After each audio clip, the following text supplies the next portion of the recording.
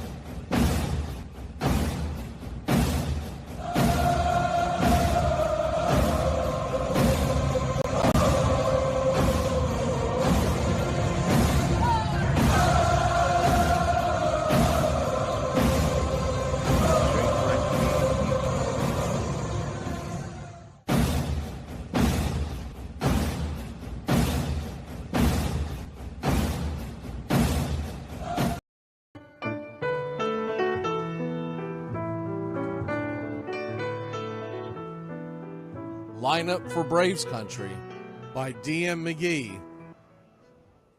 A is for Aaron, the Hammer and Hank, the real home run king. Take that to the bank. B is for Bobby. Cox never cowered. He'd give Blue quite an earful on his way to the showers. C is for Chipper. Don't call him Larry. He would show up in Shea, the Mets he would bury. D is for David. Justice he'd bring. A Game 6 solo brought Atlanta their ring. E is for Eddie Matthews. 512 bombs away. Lit skies from Boston to Milwaukee to the A. F is for Fred. McGriff dog-biting crime. A fire was lit the day he arrived. G is for Glavin. Southpaw winds and kicks, changing speeds east and west, a gem in Game 6. H is for Harry and his brother George Wright, the father of baseball, Boston pennants in flight. I is for inning, ending double play, Riley to Ozzie to Olsen all day. J is for Jones, Andrew let her fly, and his gloves in center is where singles would die. K is for strikeouts, a plenty from Strider, the quads in the stash, getting swings from that slider.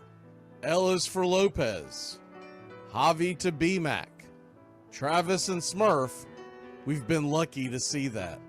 M is for Mad Dog, he won 355, could swat flies with a changeup, and still bust you inside. N is for Necro. He got to the hall by bending and knuckling and floating that ball. O is for Otis. Old Nixon could fly. The catch at the wall baffled our eyes.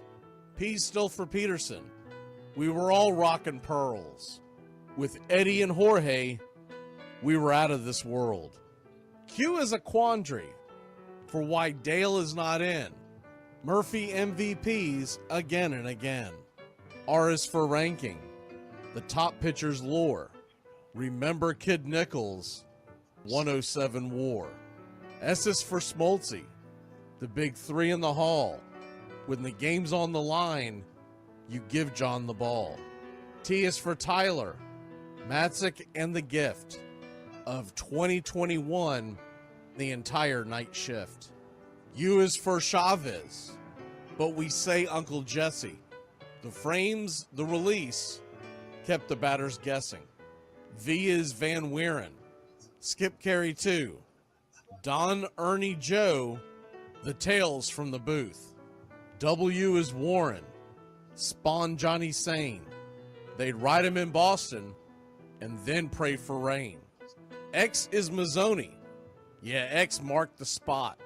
Leo rocked next to Bobby, and his pitchers stayed hot. Why it makes us feel young. The game's main appeal. Chopping through the battery, there's no better feel. Z is for Zip Boom Bam, Ramalama Ding Dong. Throughout the summer, we sing that song. From AJ to eyeglasses and a hell of a pen. Mad Max, Uncle Charlie, win after win. A cannon from short, and RC you later. Acuna Matata, there is no one greater.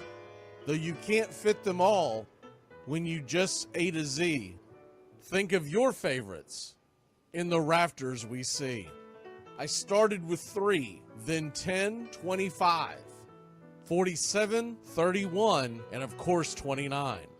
Let's not forget 21, 41, 35, the great 44, or 755, and old number 6, who led his great teams. The pennants were flying. It felt like a dream. From Boston to Milwaukee to Atlanta's TBS, a family, a tradition, Braves Country's the best. Lineup for Braves Country by D.M. McGee.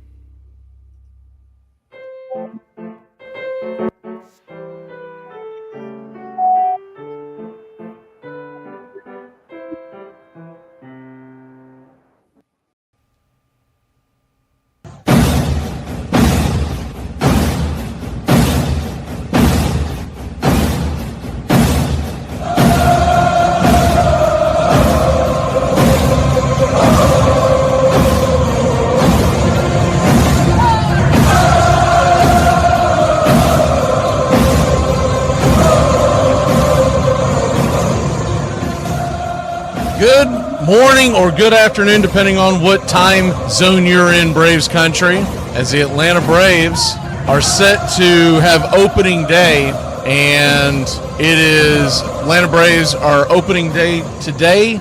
It is 7:15 first pitch, so we're back to at least a normal schedule, thank God.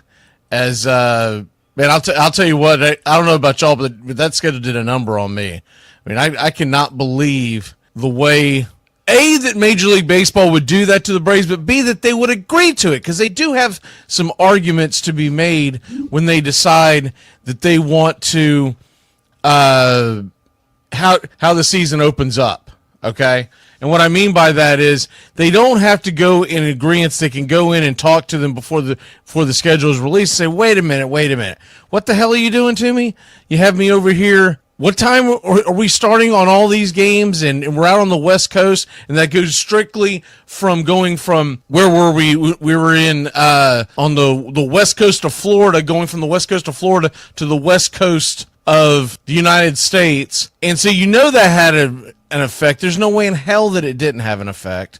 And people that think that didn't and think that that's some kind of an excuse really aren't thinking logically, because if it has an effect on us as fans watching the game and consuming the game, it has effect on everybody else.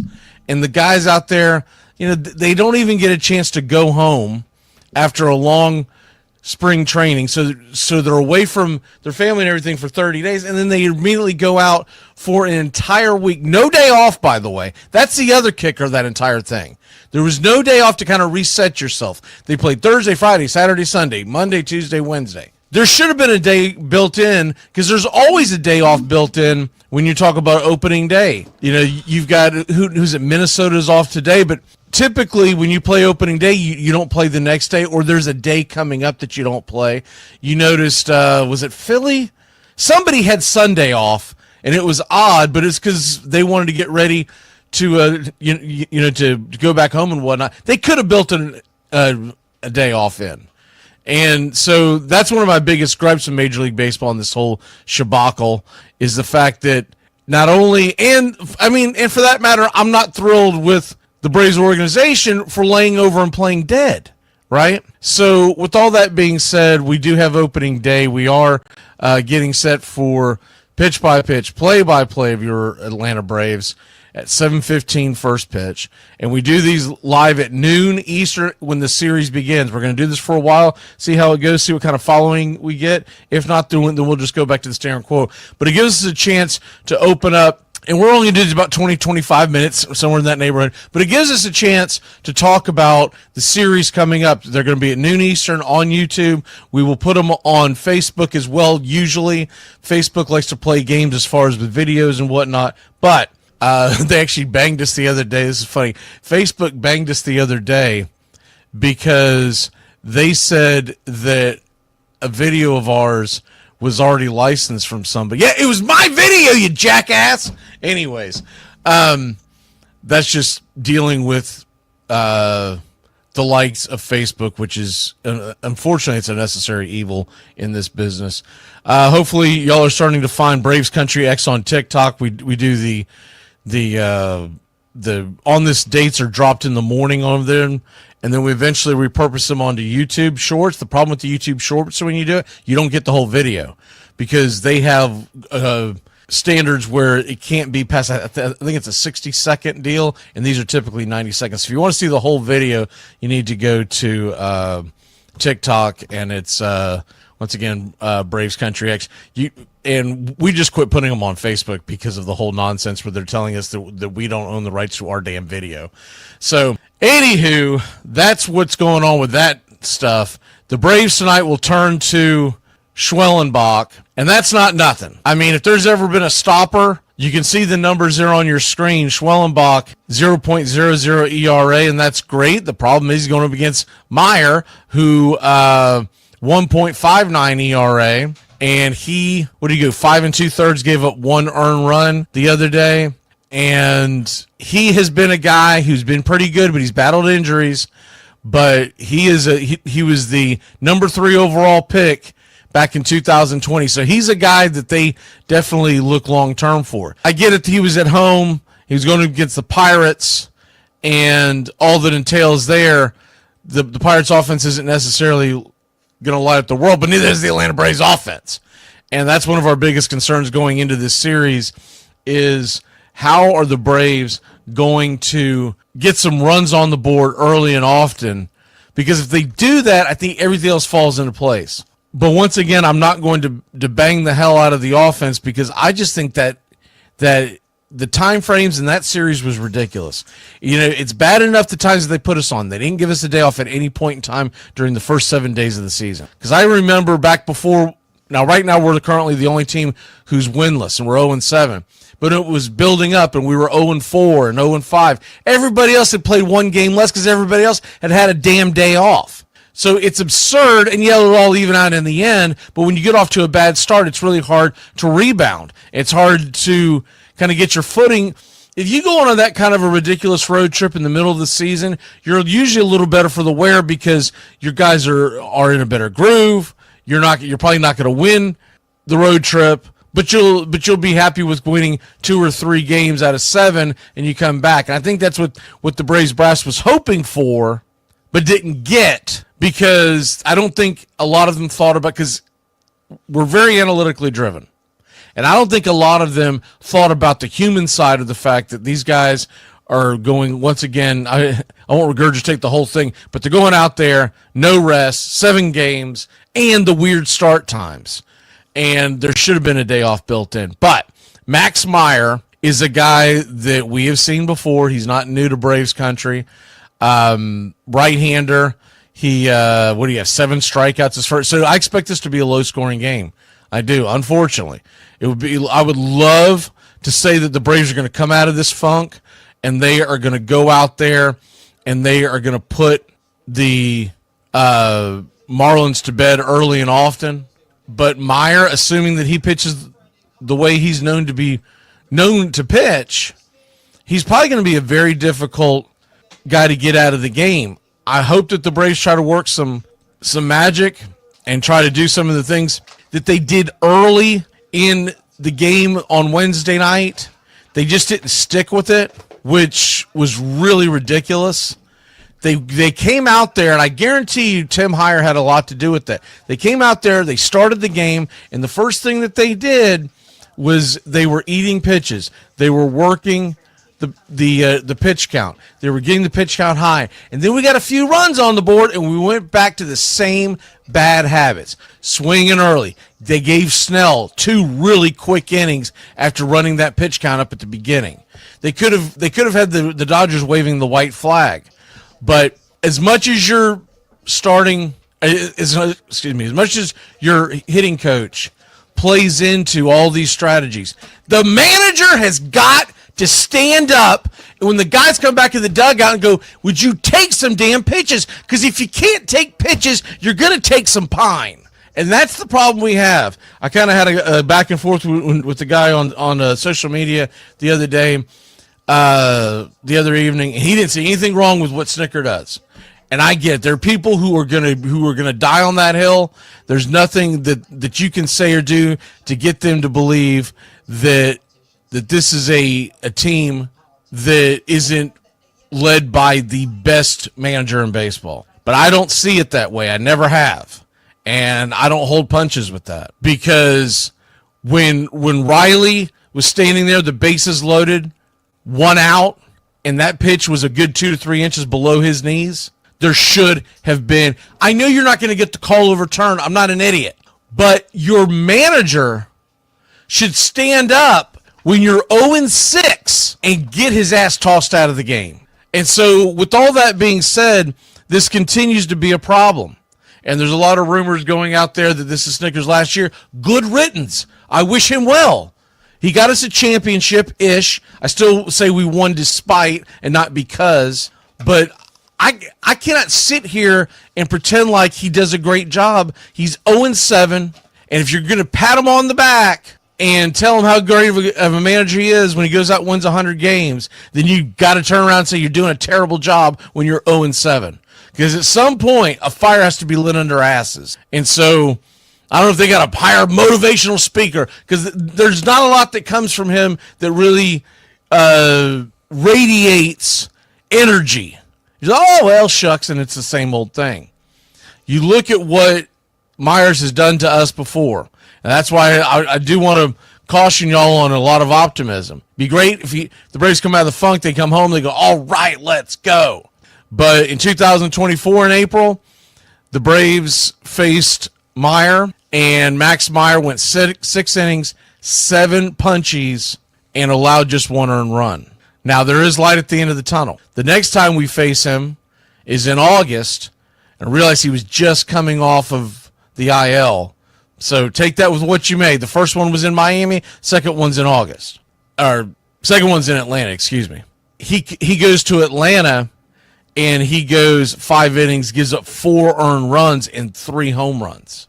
And I remember that game because I remember going into it going, oh, God, here we go again. And we actually played very well. So he didn't pitch a whole lot last year. He was coming off a major surgery. But those are the 2 instances that we saw him. I won't go back any further than that because it's kind of nonsensical to go back before he got the first injury. I don't even think the Braves didn't even face him that year. But last year we saw him twice, and once again, you can argue it both ways. You can say, hey, the first time he got to us, the second time we got to him because we'd seen him, and that might be true. But it also may be because he was just coming off an injury. And he'd only had one other handful of innings under his belt before he came off of a stint where I believe he missed like 3 or 4 months. And we've all seen our pitchers do that. They come off the IL, and it's Katie bar the door. So this is a game that you never say this in Major League Baseball in the regular season, but this feels like a must-win. If they go to 0-8, if they go to 0-9, if they go to 0-10, this team is going to be in an absolute panic mode when Philly comes in on, we do get the day off on Monday, so Tuesday.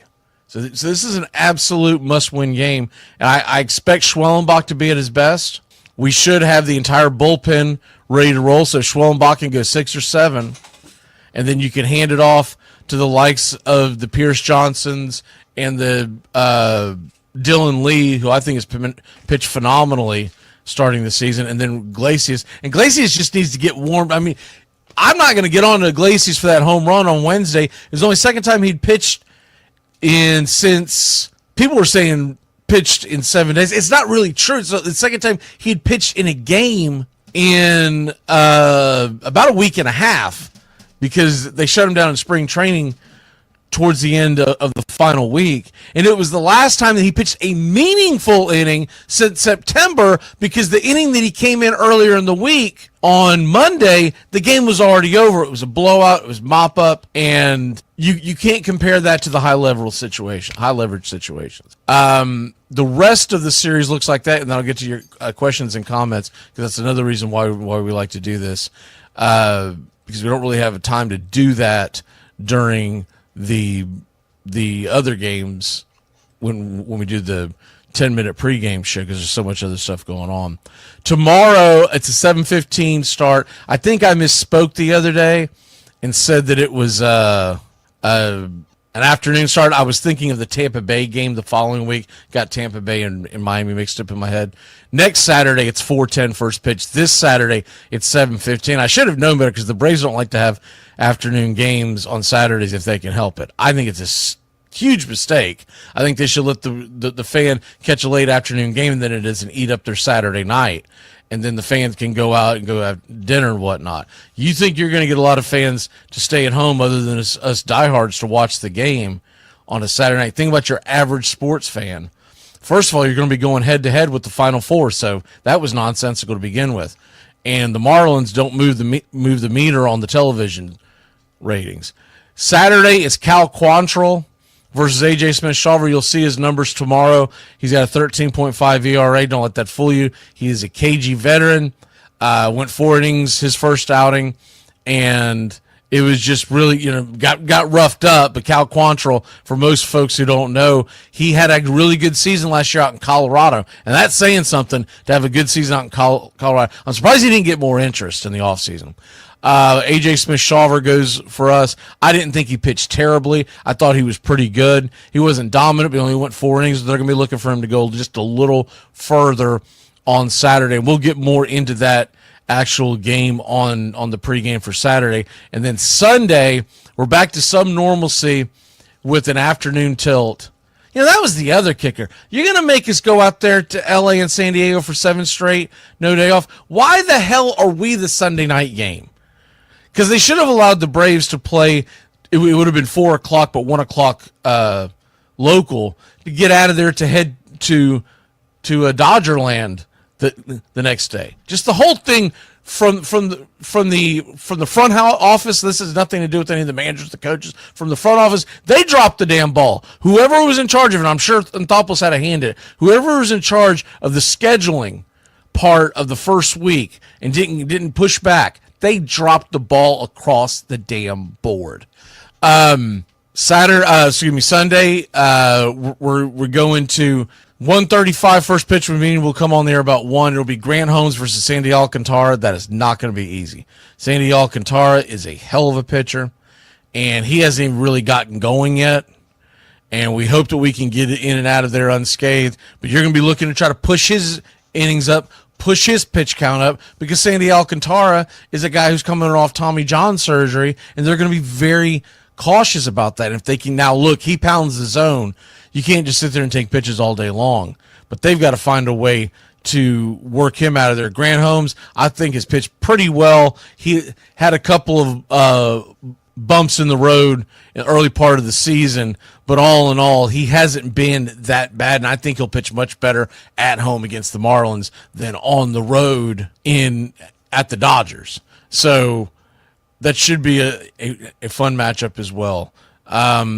We'll do the pick-to-click and predictions as we do the lineups here in a bit as we get ready for first pitch, 7:15, in case you're just joining us. All right, let's get to the questions and comments. And once again, if you want to catch this, it is the day of the series opener at noon Eastern. Consistently, it's going to be on YouTube, and we're trying to put it on Facebook. But if they try to claim our video is not our video, then I don't really give a crap if we put it over there or not. All right, let's start up here. I'll kind of scroll through these. If you got any new ones, let me know, because I've got a different one. What is this thing telling me? Excuse me 1 second. There's some alert coming on, and I have no idea why this alert has never came on since we've done this in all my time. But anyways, there's got to be a way to close it out. Let me see if I go backwards in this. Anyways, all right. Well, who the hell cares? All right, let's go back into this. All right, questions and comments. I'll start it over here on this one. All right, Hellion saying you'd think if a player does positive, it would void his contract. That's just never going to happen. If you follow the contract negotiations and the CBA with the Braves, it's just, I mean, with the Major League Baseball, it's never going to happen. CBA is never going to agree to that because it's taking money out of their pocket. So it sucks, and I agree that in any other walk of life, your contract would be null and void, or it'd be up to the team to maybe renegotiate it, but it's just never going to happen. So it's just one of those hills that it's not worth dying on, because it's just a waste of energy for us to fret over it. Charles says, "What was the final last night? We were off." Let me see if there's any questions and comments. See what's Jillian saying. I've seen a lot of people calling for fans tonight to boo the team. No, I'm with you, Jillian. There's no way. You don't boo your own team. We're not going to turn into Philadelphia. Okay, let's not turn into damn, the trash that is the Philadelphia fan base. You don't boo your own team, especially on opening night. I don't know where you're seeing that, but I would unfollow that idiot on X or wherever you're seeing it. It's probably on a Facebook chat knowing that. See, I guess that was the first part of everyone's comments. And once again, an ejection sometimes can get your team fired up. They've talked about it for years, how Bobby Cox would get ejected even though he knew it wasn't going to change anything. And sometimes he would get ejected on on ridiculous stuff that you'd be like, why the hell did he get mad about that? It was trying to light a fire in his team's ass. That's all he did. And the psychology of it, that's why I say it's not that Snicker is a bad baseball manager per se. He's a bad Major League Baseball manager or below average baseball manager on a team in a market that expects to compete every year. He was great developing the kids down on the farm, and the steadiness and the steady as she goes and the even keel helps develop the players. And I get that, and I think that's why he was very good at it for years. And nonetheless, he should end up in the Atlanta Braves Hall of Fame. No argument on that, because of what he did for 40 plus years down on the farm, and then came up and he did win a championship and he won some divisions, right? But the idea that he's a leader of young men in difficult situations just isn't it. Would you want him leading you into battle anywhere? No, because he's just kind of like that, everything's good, it'll work it all out. But for the first time, I listened to the post-game press conference on Wednesday night. For the first time, I saw some actual human emotion. He looks like he's been kicked while he's down. And maybe some emotion will come out, but I don't think you're going to. If he was a younger manager, I would say maybe he's learning the role. This is who he is at this point. See here. I don't know what Charles is talking about. Same kind of schedule, pre-95 years. I don't know what that means. You must be talking about something that I'm not. I didn't have time to read the whole thing. So yes, Reptile, we call every game pitch by pitch, play by play. Right here on Braves Country Radio. This is our 5th season of doing it. It's our 4th full year. We joined in doing this. I've told the story 100 times, but the short of it, it was the end of the summer in 2021 when we first started these. It was much different. The app was different. I didn't have near the sounds and all the different things of the games that we bring to you now. It was literally me just doing it on, I think we're using Zoom. And that was it. I don't even remember what the hell we did during the breaks. I think I had slapped together some commercials from the sports talk show that I did for years with local CBS affiliates. I think that's what I was using. But it was shortly after we started this that I added the chop. And it was probably, I don't believe we did it in year 1, but I believe year 2, we started doing the chop when a guy got on base, et cetera, kind of morphs from there. And if you know how my brain works, I'm always trying to develop new things and add new things.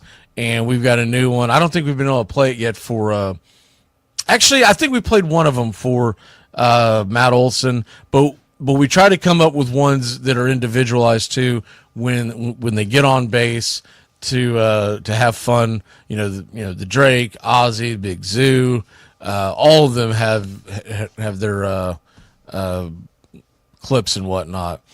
But same scheduling as their NL West. Yeah, but they didn't. Okay, first of all, big damn difference. They didn't start out there, and they didn't play all these primetime games. Big difference. Huge difference. It's not the same. It's absolutely 100% not the same. And back then, if you remember, when you would go out west, if you went out west for opening day, let's say at the Padres, your very next series was back in Atlanta. They didn't start all this stuff of back-to-back series on the road for major league teams till fairly recently, because that was always the trade-off. Because if you remember back then, the season started on a Monday. So you would give up your Monday through Wednesday or Monday through Thursday, because they always incorporated a day off the next day. Half the league would start on Tuesday. Half the league would start on Monday. And you would come home for the home opener, which would be on Friday. So that was the give and take. The give and take was, all right, we might start off on the road on San Diego on Monday, but come Friday on the home series on the weekend, we're going to be at home against, back then, probably like the Reds in the NL West or whatnot. So, yeah, Reptile, when we first started this, we didn't do it every single game. I think the first season, until the playoffs came, we did it Tuesday and Friday, where I tried to do one for every series.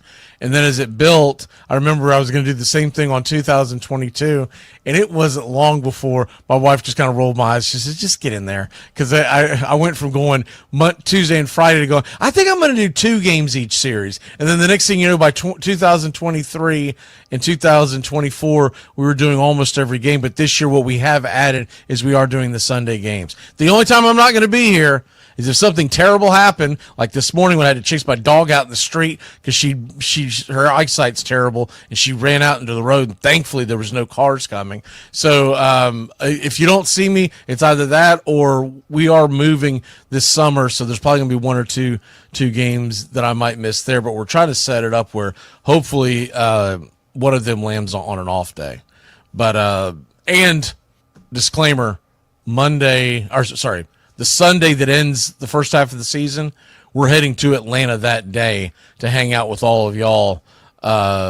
They're playing the Cardinals. I believe it's a road game, so I think it's 2:00. My hope is that I am in the Atlanta area in time to sit down and watch the Braves game. Let me pull that up because I keep thinking about it, and I've only looked at it a couple of times, but I'm almost positive that the Braves, I know they're on the road because they're doing all kinds of festivities. We talked about this in the live the other night. They're doing a boat ton of activities right before the All-Star game, and it starts on that Saturday. Let me see here. July 13th. Yeah, it's a 2:15 Eastern first pitch at the Cardinals. So my hope is to be somewhere watching that with some cold ones with all of y'all somewhere. Meet up that Sunday. I mean, I'm going to try like hell to be there by first pitch, but at least by sometime in that game, because we're moving a lot closer to the Atlanta area than where I am now. So looking forward to that. Hopefully, I'm looking at it right now, and the Cardinals are 4-2, and the Braves are 0-7. I'm like, God, I look like I'm looking at the Atlanta Falcons record right now. This is ridiculous. If anyone's got any last minute comments, throw them in here. I'm about to jump out.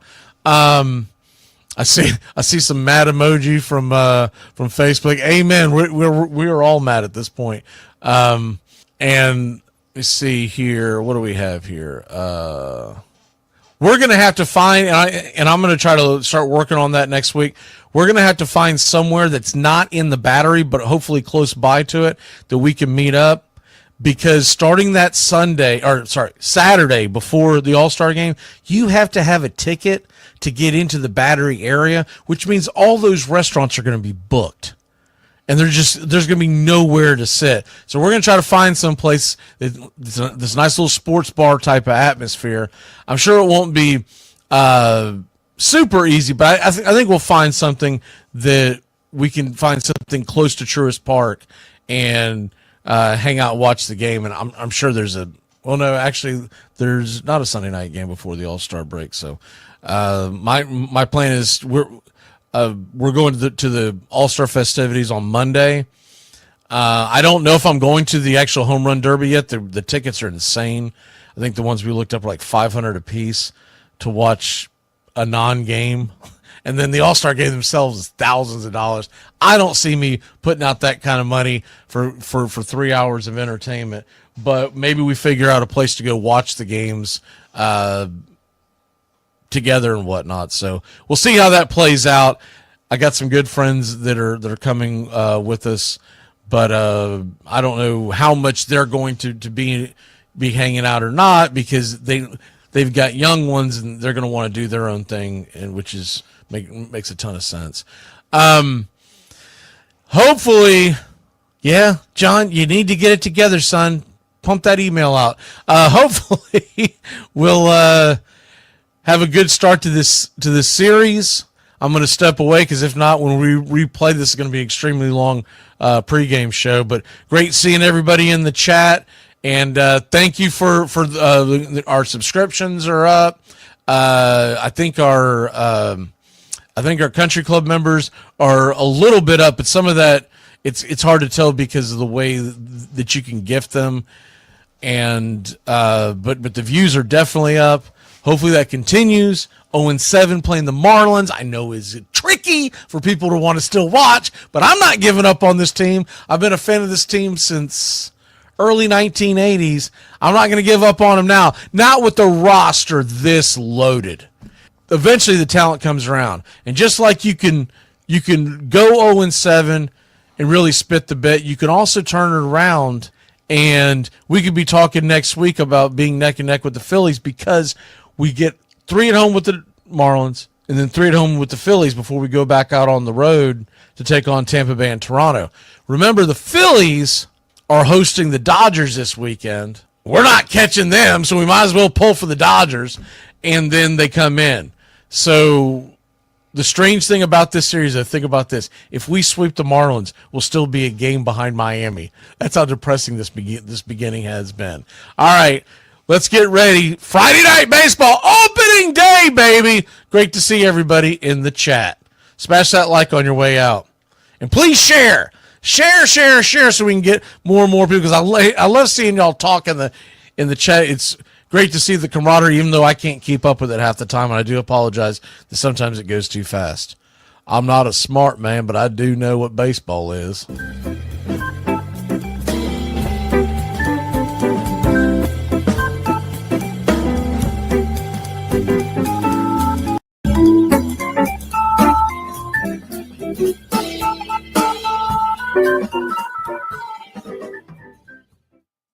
Drink like me, you can't smoke like me. So don't try and be like me. Let's party together.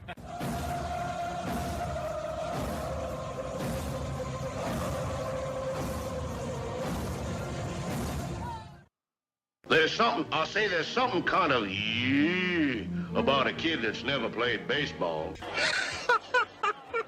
We have been hoodwinked, bamboozled, and flat out deceived. Why did you get so drunk? You got drunk. I'm just really exhausted. What's in that cup? Rum and Cokes? Do you have any idea how important this is? We're trying to save the pub call. Really? This is what you're doing? This is what you're doing?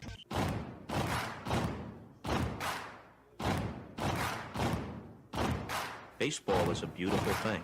It's more beautiful in an old park. It's asymmetrical and quirky. But even in a dome with artificial turf, it's beautiful. The way the field fans out, the choreography of the sport, the pace and rhythm of it, the fact that that pace and rhythm allows for conversation and reflection and opinion and comparison. In right field, the crowd is tormenting Strawberries, singing Darryl, Darryl. Little roller up along first, behind the man. It gets through Buckner. Here comes Knight, and the Mets win. And there's a fly ball deep to left. It's on its way. There it goes, and the Yankees are going to the World Series. Aaron Boone. Ground ball stabbed by Polk. He has it. He underhands to first for the first time in 86 years. The Red Sox have won baseball world championship. Can you believe it? It's a pastime, something you do. It's entertainment, something you watch. And it's a shared experience, something you talk about and read about. But you can apply those same 3 criteria to other things. What makes baseball special is that it's the best game that's ever been devised. Smith corks one into right down the line. It may go. Go crazy, folks. Go crazy. Sure as God made green apples, someday the Chicago Cubs are going to be in the World Series. A little bouncer slowly toward Bryant. He will glove it in front of Rizzo. It's in time. And the Chicago Cubs win the World Series. Cubs win. What a lucky break. The good Lord wants the Cubs to win. How can you not be romantic about baseball? If baseball is about caring, about loyalty and rivalry. Braves fans are on their feet hoping for some kind of a bleeder or a seeing-eye single. Here's the 1-2 pitch. Fastball hit high and deep down the right field line. It's going back, back, back. Is it fair? Is it zip, boom, bam, it's gone. Ram-a-lam, ding-dong, a 3-run shot, and your Atlanta Braves have taken a 1-run lead. A hanger, and she's gone, baby. There's a very peaceful thing. It was created and played in pastures and meadows. There's grass, there's outdoors, there's everything that people thought was American and feel about America you get in a ballpark. And it's the wonder of walking through that dark tunnel and seeing a huge open space where men play the little boy's game.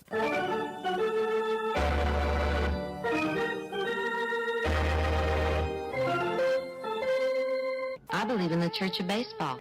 I've tried all the major religions and most of the minor ones. I know things. For instance, there are 108 beads in a Catholic rosary and there are 108 stitches in a baseball. I prefer metaphysics to theology. You see, there's no guilt in baseball, and it's never boring. It's a long season and you gotta trust it. I've tried them all, I really have. And the only church that truly feeds the soul day in, day out is the Church of Baseball.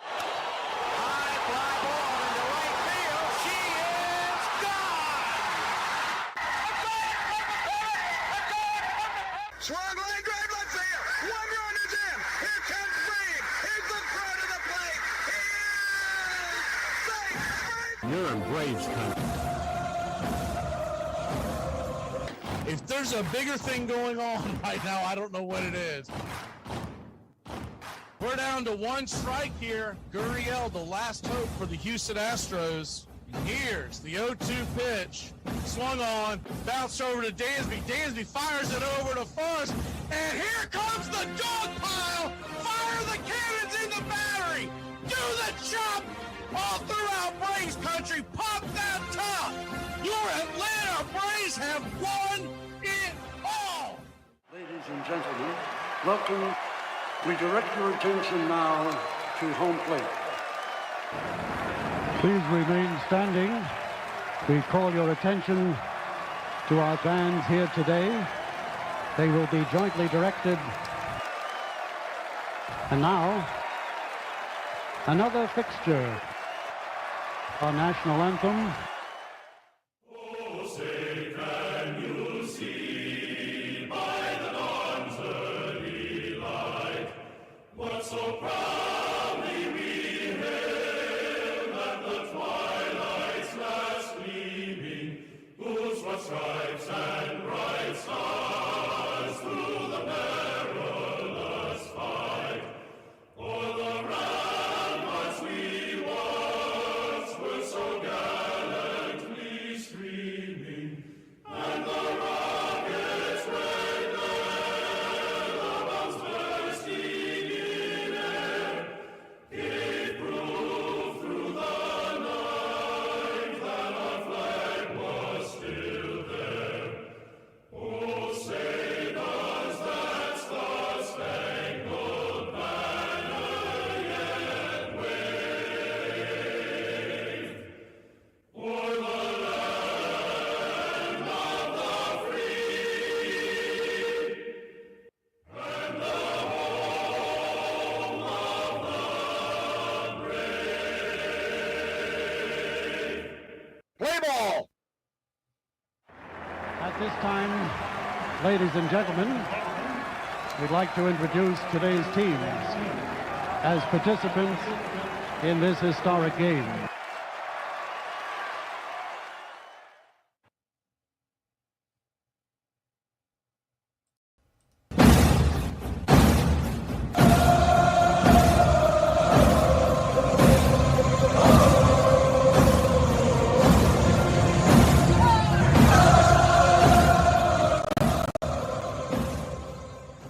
On a beer?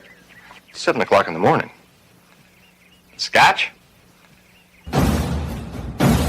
Hey, howdy, hi, and how the hell are you? Pull up an armchair, girls and boys, and join us for Braves Country Baseball. You're listening live, and the scene is Truist Park in Atlanta, Georgia. And we're set to bring you pitch by pitch, play by play of your Atlanta Braves. Hi, I'm Mac McGee. Here's your starting lineups for today's action. Leading off and playing shortstop for the Miami Marlins, Xavier Edwards. No home runs, 3 RBIs, 2 stolen bases, batting .286. Stowers, batting second, playing right. 1 home run, 4 RBI, 1 stolen base, batting .263. Conine is in left field, and batting third. 1 home run, 1 RBI, batting .286. Lopez batting cleanup and playing second. 2 home runs, 7 RBI, batting .345 with 1 stolen base. Mervis is at first and batting fifth. 2 for 12 on the year, 1 RBI. Hicks is behind home plate, 1 for 11, .091 average. Jonah Bride, the designated hitter, batting seventh, 2 for 23, batting .087. Paulie is at third base, batting 4 for 17, 3 RBI, a .235 average. Myers is in center field and batting ninth. He's got a .333 clip, 6 for 18, 2 RBI, 1 stolen base. On the mound for the Miami Marlins, it's Max Meyer. He's 0-0 with the 1.59 ERA. A 1.06 whip, 5 2/3 innings, 7 strikeouts, 1 walk, 1 home run, 5 hits allowed. He'll be going head-to-head with Spencer Schwellenbach. Schwelly is 0-0 with a shiny 0.00 ERA. A 0.33 whip, 6 innings, 1 hit, 4 strikeouts, 1 walk, no home run served. Backing up Schwellenbach in the bottom of the first inning, patrolling center field for your Atlanta Braves. It's Michael Harris II. He's 4 for 25, batting just .160, 1 home run, 1 RBI. Batting second, playing second, Ozzie Albies, a .185 average with a home run and 4 RBI. Batting third, the designated hitter, Marcell Ozuna, 3 for 16, 2 RBI, .188 average. Matt Olson batting cleanup and playing first. 4 for 22 with a .182 average, 2 RBI, no home runs. Austin Riley batting fifth, playing third. 1 home run, 1 RBI, batting 1-1-1, just 3 for 27 on the year. Brian De La Cruz batting sixth. He is hitless in 11 attempts at the plate. Drake Baldwin batting seventh and behind home plate. He's 1 for 18. Nick Allen batting eighth and playing short. 4 for 11, 1 RBI, 2 stolen bases, batting .364. And Jared Kelenic is batting ninth and in right field. 3 for 20, 1 home run, 1 RBI, batting .150. The entire Atlanta Braves order is hitting under the Mendoza line except for Nick Allen, who strangely is batting eighth. Calling balls and strikes behind home plate tonight, it's Ryan Blackney. Your first base umpire, Junior Valentine. Second base will be manned by Marvin Hudson, and down the third base line, it's Tripp Gibson. Game time temperatures today, expected to be about 82 degrees at first pitch. The wind is blowing in at 10 miles an hour. The over-under is 7.5. Atlanta Braves minus 250 on the money line. Marlins plus 185. The run line is an even minus 10 either way. Our pick to click tonight, give me Marcell Ozuna. He's 3 for 6 lifetime with an RBI, no strikeouts. He's not gone yard. Olson and Riley have, but they each have struck out 3 apiece with just a half dozen at-bats. We'll take your Atlanta Braves to win a low-scoring affair against a good young pitcher from the Miami Marlins. Give me the Braves to win this game 4-1. Put your click in the chat, slap that like, and let's get ready, Braves country. We'd like to thank everybody for choosing Braves Country Radio, and a special thanks to all the country club members. Please like on your way in and subscribe, set those alerts, and share Braves Country Radio to help build the crowd so we can continue to bring you the classic call of Braves Country Baseball. Well, it's about that time. Grab you a cold one. Find you an armchair. Atlanta Braves Baseball right here on Braves Country Radio.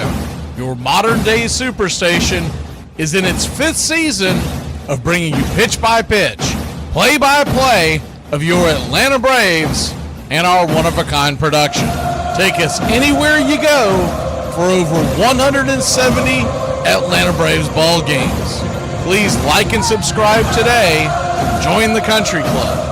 Thank you to all the Country Club members. You help support Braves Country Radio.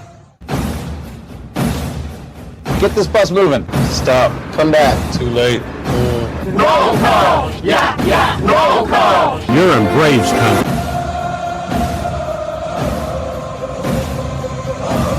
Good evening, Braves country.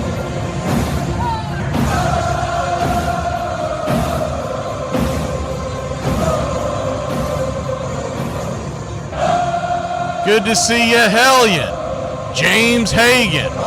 Carey, good to see you. Charles Fritz, SSW. Keith Parker. Edward Spry says he's going with the Ice House.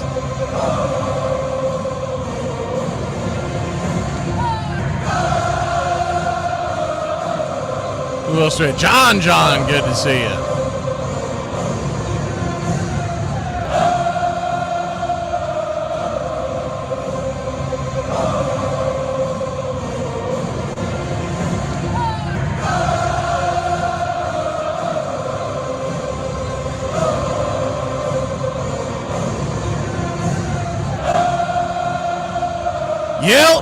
Yelton's alive. Good to see you, Yelton. Hadn't seen you in a while.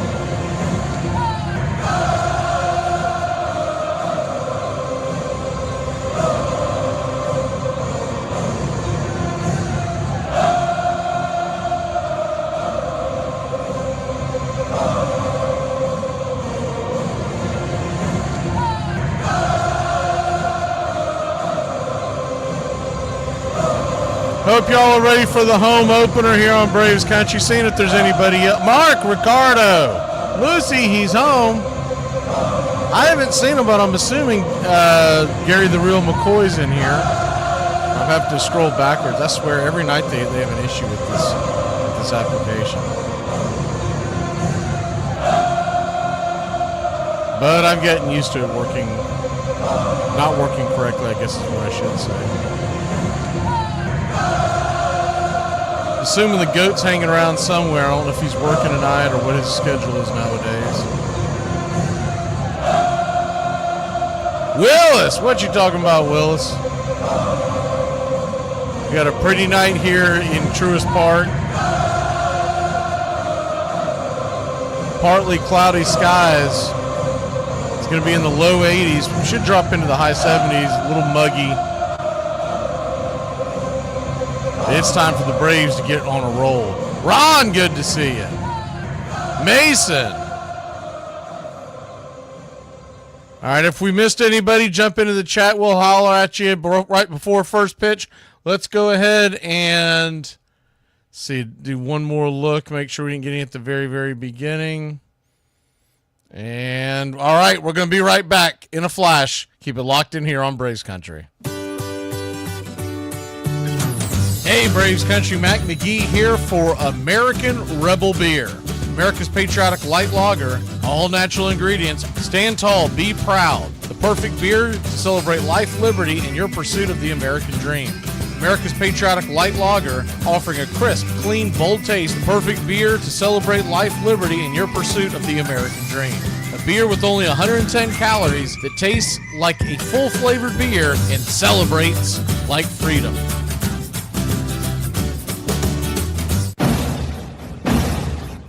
Hey, Braves Country, this is Mac McGee with Braves Country Radio. We are bringing you pitch by pitch, play-by-play of your Atlanta Braves all year long. Join the Country Club today. Help support Braves Country Radio. Join the Country Club today. It helps us bring you more of the game we all love. Braves Country Radio, your home for the classic call of Braves Country Baseball.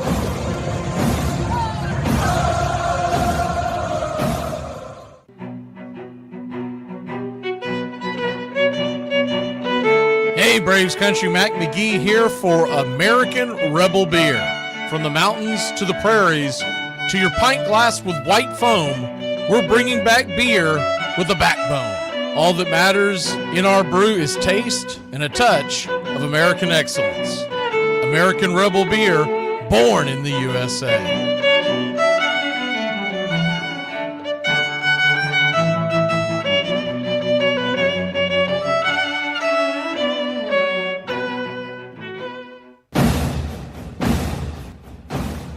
Ladies and gentlemen, we interrupt our program of dance music to bring you a special bulletin from the radio news. Sit quietly and we will control all that you see and hear. There is nothing wrong. You are about to participate in a great adventure. You are about to experience the awe and mystery. You unlock this door with the key of imagination.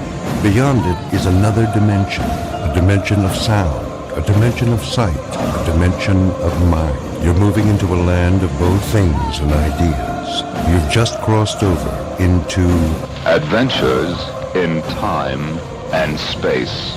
We offer you Braves Country Radio, your home for the classic call of Braves Country Baseball. Hi, folks. Join us now for another Braves ball game. Yes, sir. This is the one we've been waiting for. This is it.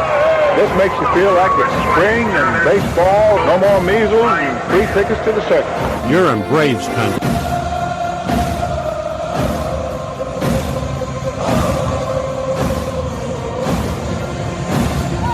This is a reminder, disorderly conduct will not be tolerated. Please respect your fellow fan and refrain from any unruly behavior. Failure to comply with these guidelines will result in ejection.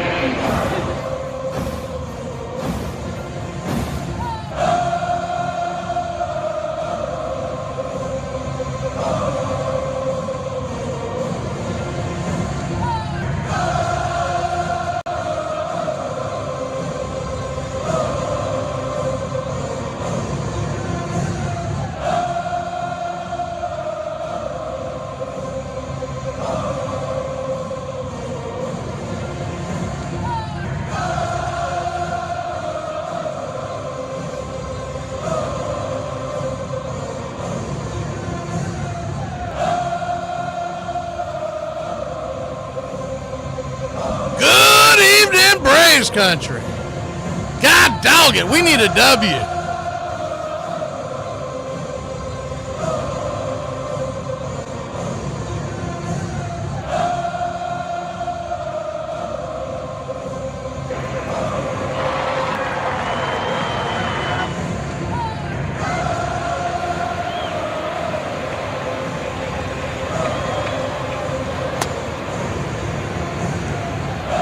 Waiting for the 3D motion to come into play. Usually right at first pitch nowadays. You just have to wait quite a bit.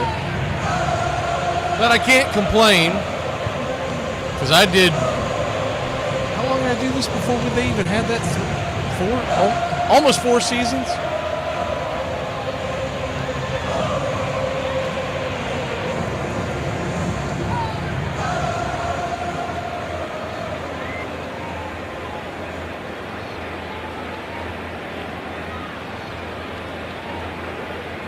We are just about set for pitch-by-pitch, play-by-play of your Atlanta Braves. And I got the good news this morning that we're up to 37,000 subscriptions. Thank you much for that. Our goal is to hit 40 by the All-Star break.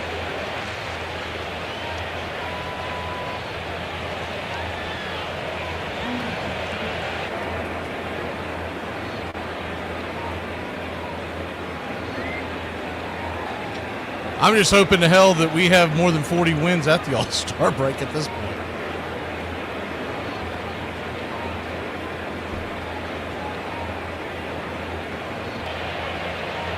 Y'all have missed quite a bit of this the beginning of the season.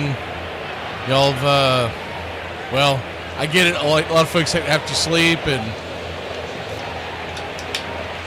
those games came on really late, the majority of them. The number one thing that has hurt this team, if you haven't been in the know, it's been the offense.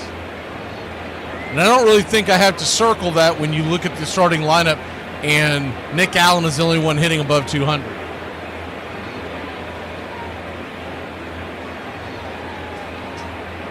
We need Schwellenbach to get off to a good start, and then we need to get some runs for them early and often.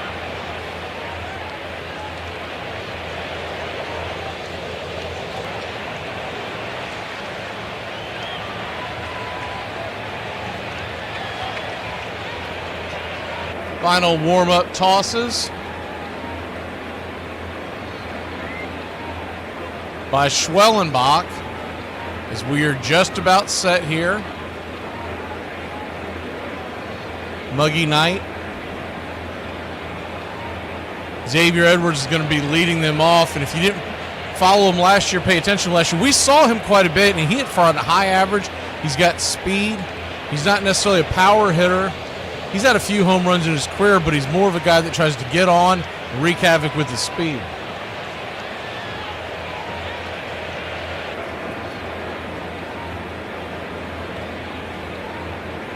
Marlins are wearing their dark gray pants, black tops, the neon Miami across the chest. Braves are in their classic home whites.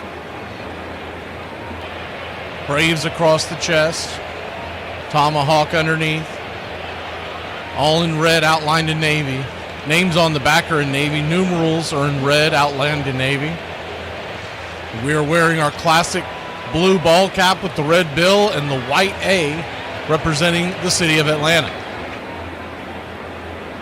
Schwellenbach, number 56, throwing his final warm-up tosses. He has a 6-pitch mix, and what I've noticed this year is that he's throwing them very close to each other, meaning all 6 you're going to see quite a bit. The highest percentage he throws is the split finger at 22%. This year. You're looking at your screen, what they're showing you is for his career, but for this year, it's 22%. Four seam comes in at 19%, cutter at 16%, and then the curve, sinker, and slider are all coming in at 14%. Now, obviously, it's just the first start, but that was against a very good lineup in the San Diego Padres, so you can get an idea of what he's been working on. He's trying to stay as balanced as he can.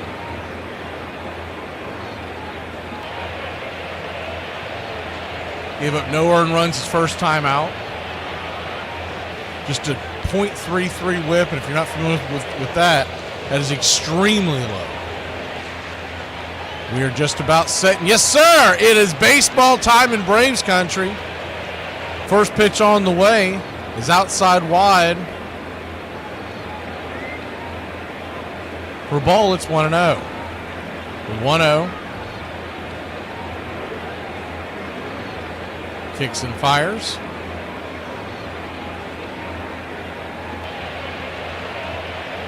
1-1. So a 1-1 count.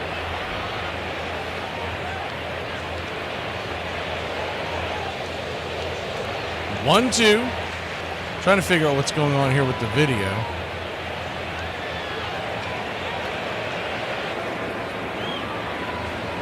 The 1-2. Kicks and fires, swing, rips it over towards first. Riley's got it.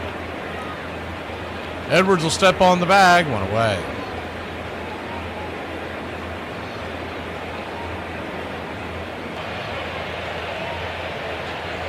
I see what we have to do. A little tricky this time. I think it's because I'm in the area. So we'll go back to it. Schwellenbach facing Stowers now.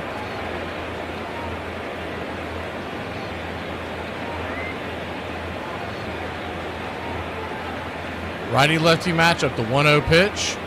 Swing and a miss. 1-1. So 1-1.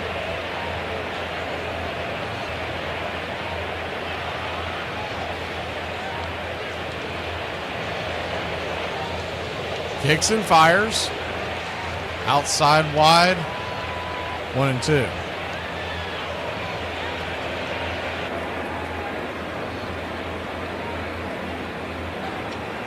I'm going to have to get this off the screen for a second while I fix it. 2-2 count.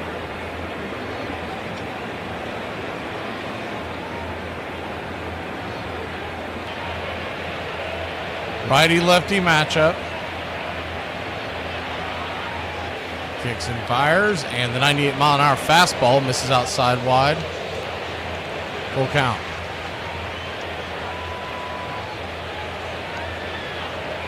Full count. Schwelling brings it. Pitch is foul down the left field line.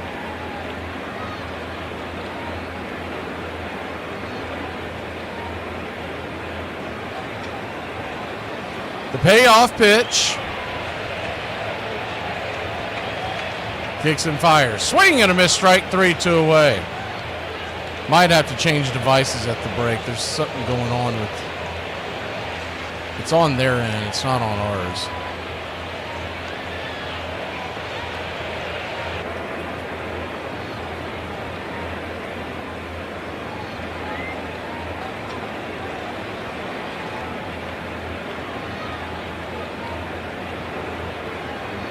Payoff pitch. Excuse me, first pitch of the inning. I'm trying to do three things at once. This is not coming up the way it normally does. Righty-lefty matchup. The 1-0. Right there for a strike. 1-1. Braves nothing. Marlins nothing. The 1-1 pitch. Swung on, hit back up the middle. Right at Nick Allen. He'll flip it over to first, and that'll end the inning. 3 up, 3 down. We'll be back in a flash and hopefully fix this when we come back. Someone the other day told me just to go with my gut feeling. If I feel like something's right, do it. It is now approximately 8:30 in the morning, and I ended up with tacos and beer. And I'm not saying that I think this is a bad idea. I just don't know how we got here. Dad? Yeah. What's wrong now? Your mother added me to that family group texting thing, and I just got 47 text messages in the last 5 minutes. It's kind of bullshit. Club, man. What club? This club just means that I got to sit there and listen to 300 messages every 10 minutes. The last group of messages was about what time we're eating lasagna on Sunday. Hey, man, that's just how group friends work. Well, that's what I don't want to be part of. This play-by-play on your sister's cat throwing up is going to turn into a nightmare. I mean, I just mute the conversation. What, am I a ninja? You want me to mute 47 different people? You just turn off your phone, then. Well, that's not going to work. Why not? What if I missed the important text messages from your mother at Target showing me what glorious throw pillow she's found? Yeah, is it a big deal if you miss Mom's text from Target? Well, if I miss those texts from her, how am I supposed to know how to lie? I gotta pretend to be interested in the she's interested in, and if I miss the text messages, I won't have any idea what we're talking about. Welcome to being married. Hey, I just want y'all to know, if y'all ever decide to make plans with me, if I have a 30-minute appointment scheduled for that day, that means that entire day is booked. In late May of 1980, he's fishing in the Ozarks in Missouri, and Gussie Bush's office calls from St. Louis and wants him to manage the Cardinals. He hadn't won since 1968, and he said he wanted one more time where the Clydesdales could run around Busch Stadium, and he'd like another pennant winner, not necessarily World Series winner. I watched him play for 2 weeks, and I went to Gussie, and I point blank said, "You got overpaid prima donnas that are never going to win." Well, he said, "What do you want to do about it?" I said, "I want to tear it apart at speed. I want to change the philosophy." His answer was, "Do it."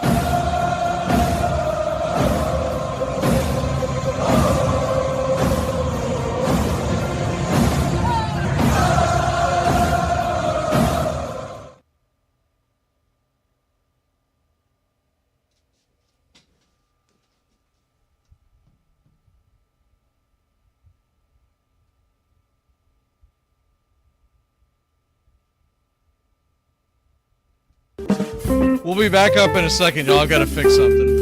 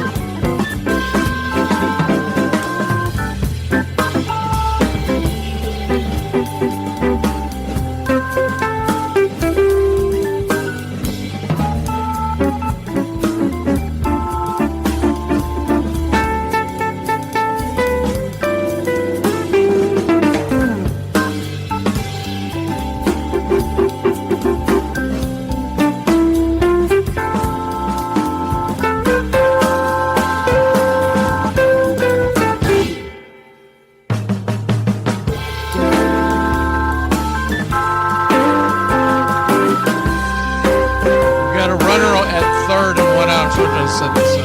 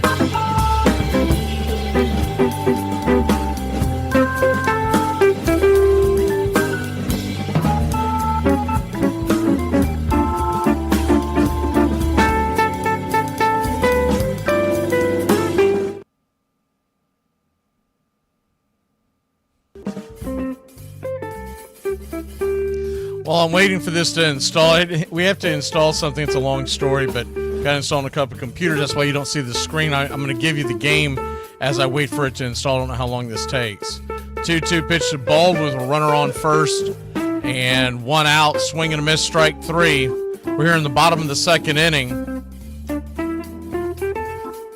Braves nothing, Marlins nothing. I apologize. I didn't know about this until it came on because I'm in the area, and because I have to bring this to you a different way. And this is the first time they've done this way.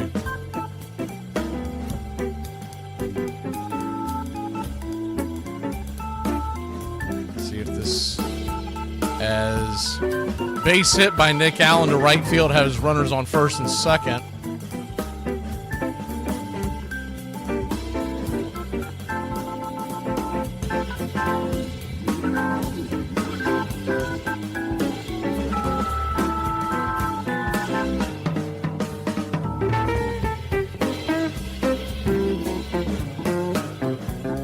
Jared Kelnick is the batter.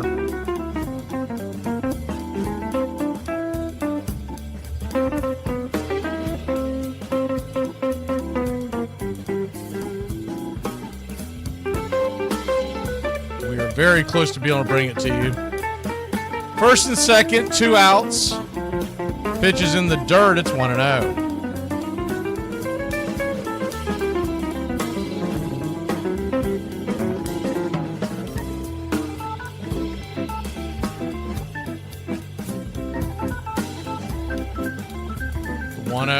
Hit on the ground, banged over towards second. It's going to be a 4-3 putout, and that'll end the inning. 0-0 your score. Head to the top of the third, and I hope to have this fixed when we come back.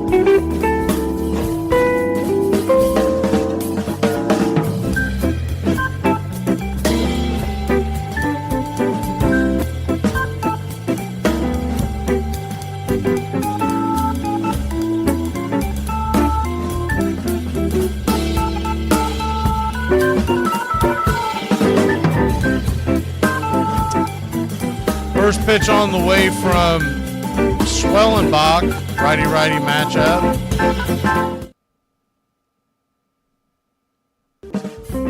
Right there for a strike. It's 0-1. The 0-1 up top.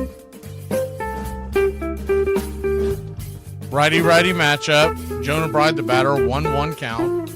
Doing the final installation. Hopefully this works here in the very near future.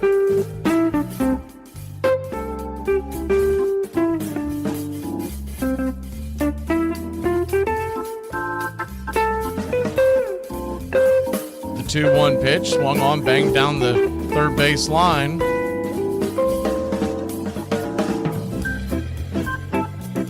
Foul, 2-2.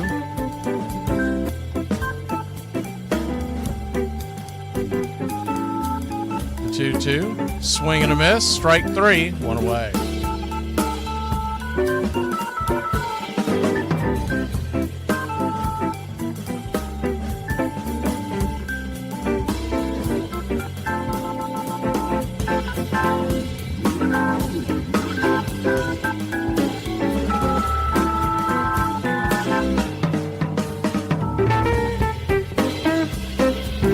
First pitch on the way to the number 8 hitter, Paul, is swung on and fouled back out of play. It's 0-1.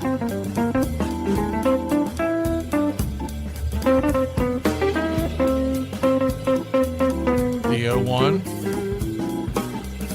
Up top. Misses. 1-1. The 1-1 count.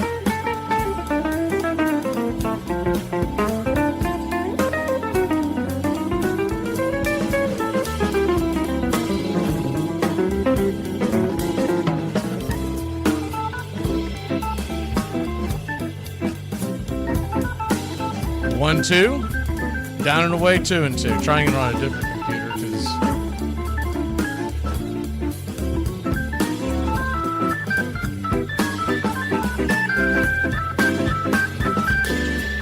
2-2 count, swung on, foul back 98 miles an hour.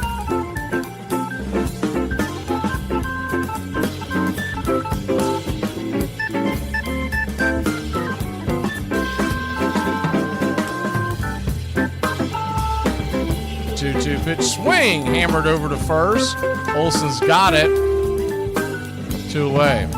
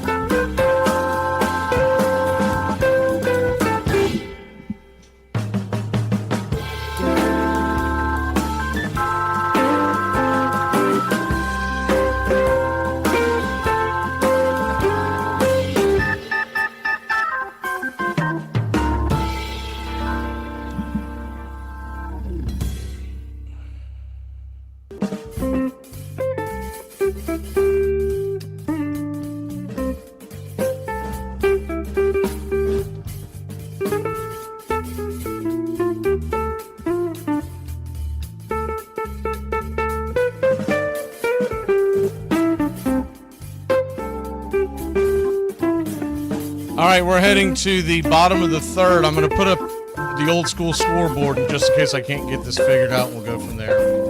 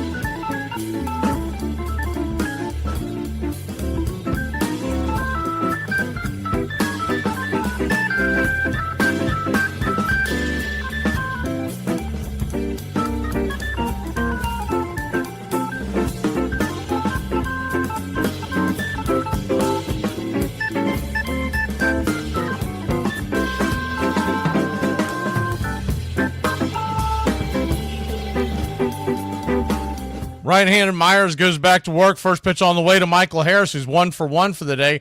Drills it into right field, and that's down for a base hit.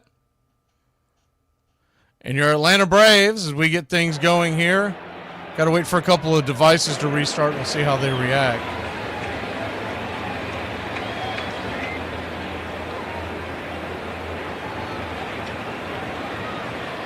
Runner on first, nobody out, bottom of the third, Max Meyer, 30 pitches in. We do apologize. It's a technical difficulty from baseball's end. Change-up pitch on the outer edge, misses. It's 1-0. 1-0.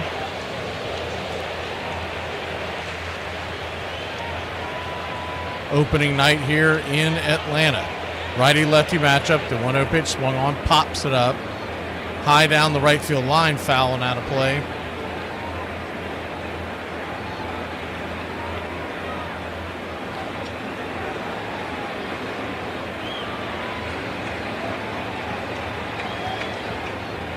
One count.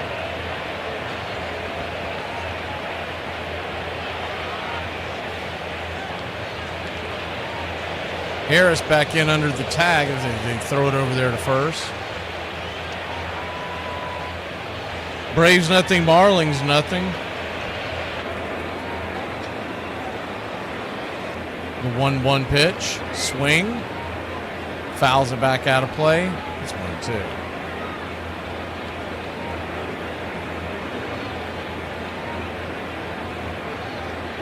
So a 1-2 count.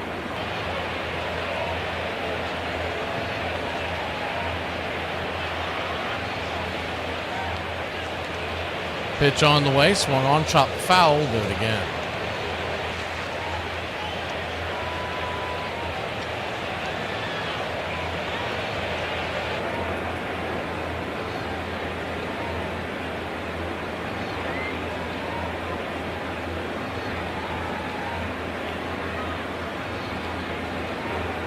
The 1-2.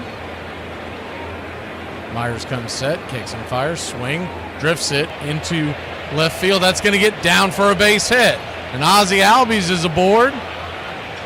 And on the play, Michael Harris goes first to third. And we've got runners on the corners. Good piece of hitting there by Ozzie, stayed with the pitch. Your Atlanta Braves have runners on the corners, nobody out. I'm the Wiz, I'm the Wiz, I'm the Wiz. I'm the Wiz and nobody beats me.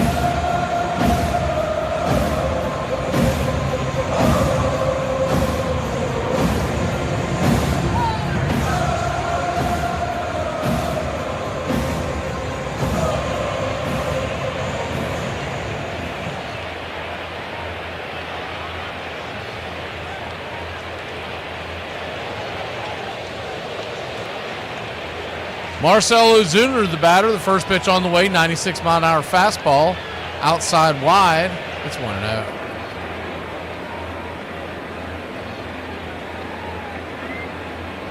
The 1-0.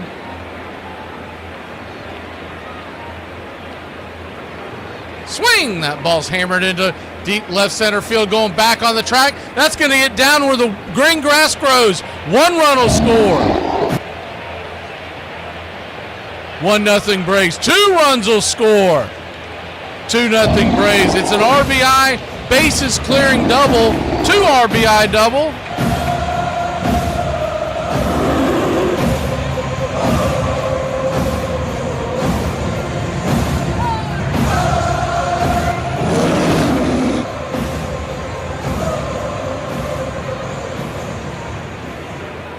Marcell Ozuna split the gap.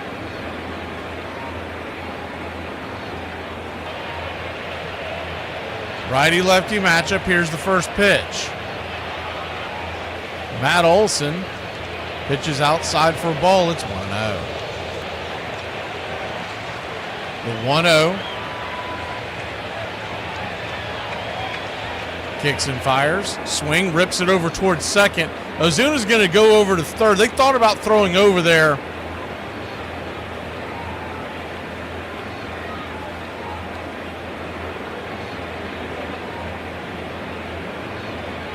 So it'll be a 4-3 put out.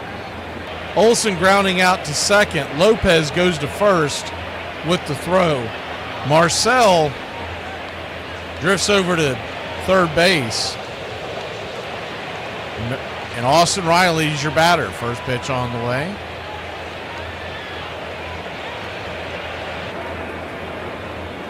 Pitch high and out of the zone. It's 1-0.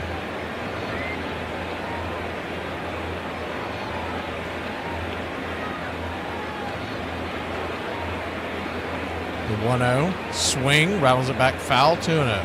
Fly ball would score Ozuna from third.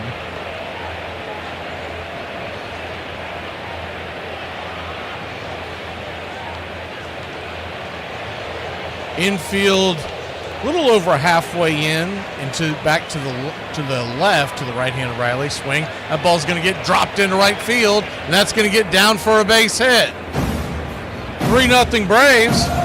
You're my boy, Blue! Blue, you're my boy!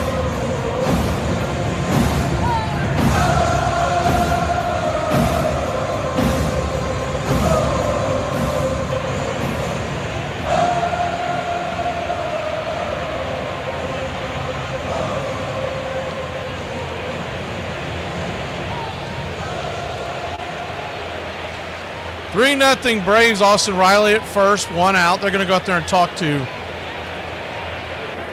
Meyer real quick. Talk about this pregame show. The first time we faced Max Meyer, pitched very well against us. The second time was in Atlanta, and we were able to put 4 on the board. In fact, 3 home runs that day.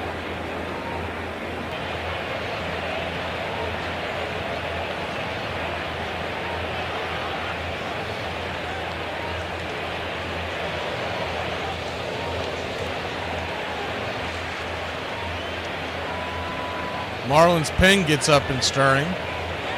First pitch on the way to Brian De La Cruz is a 4-seam fastball up top. Misses high. It's 1-0.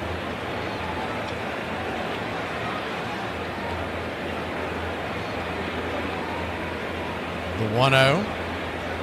Inside, 2-0. Sinker misses. So a 2-0 count.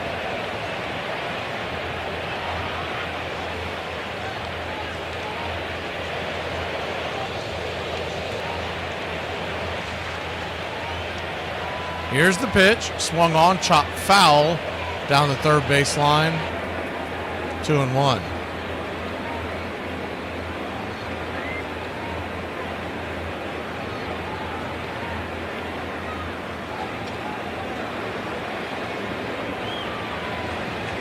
Braves 3, Marlins nothing.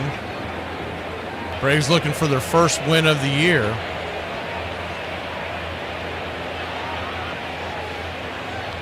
The 2-1 pitch. Down and away, 3-1.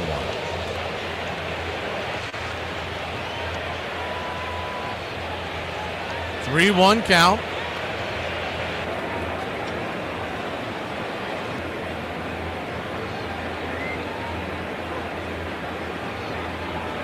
Wind up the pitch, down and away, ball 4. So De La Cruz will head on down to first base. We've got runners on first and second, 1 out. The line keeps moving for your Atlanta Braves. Drake Baldwin will be the batter.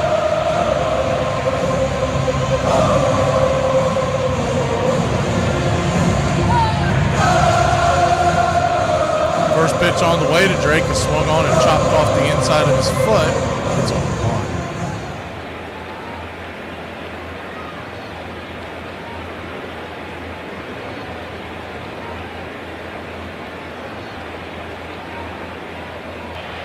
The 0-1. Swing, pops it up into right center, left center field, going back, making the catch at the warning track, firing it back into the infield. Drake gave that ball a ride, but not quite hard enough. Got a lot of air under it.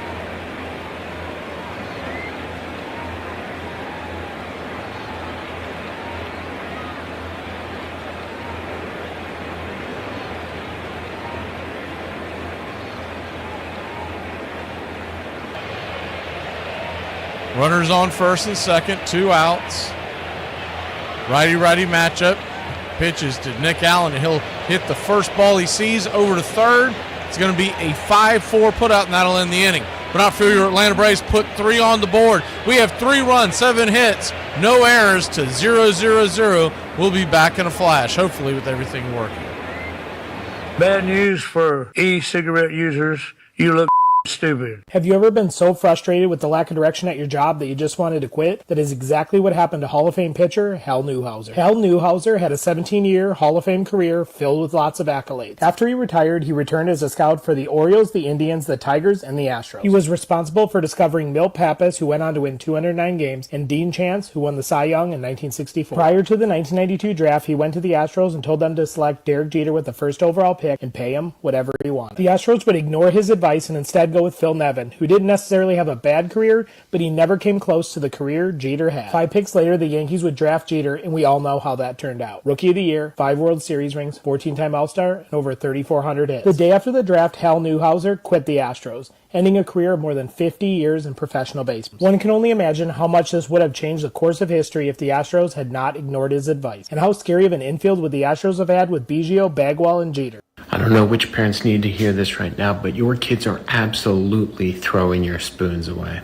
So Whitey had a vision for the Cardinals and a plan to get the job done. He took himself temporarily out of the dugout late in 1980 to take over as the team's general manager. And a few months later, the White Rat would send the baseball world into a frenzy at the winter meeting. I got down to Dallas about 6 o'clock and he comes bursting through the door. He says, "Where you been? I got trades to make." And by 6 o'clock the next morning, he'd made an 11-player deal with San Diego to get Raleigh Fingers. And that was only the beginning. Following day, Herzog strikes a trade with the Cubs to get Bruce Sutter. He has, at least for a few days, what he calls the greatest bullpen ever. So now I've got 2, and if I can do 1 or 2 more things by the time I leave here, I think the general manager has done his job, and then if the manager don't screw it up, we'll be all right.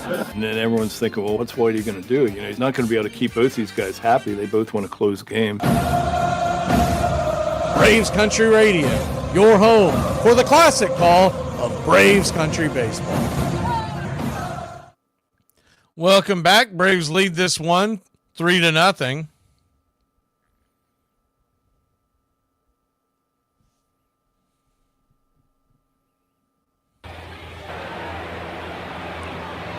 First pitch on the way from Schwellenbach. You got a 1-1 count now. There were some technical difficulties on the Vandal end now. 1-1, chop foul, 1-2. So 1-2 count.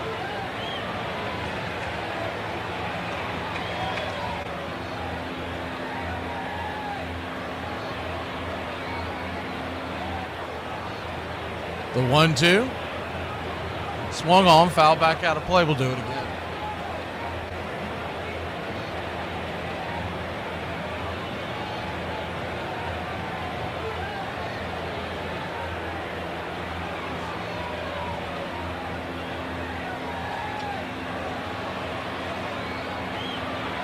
The 1-2.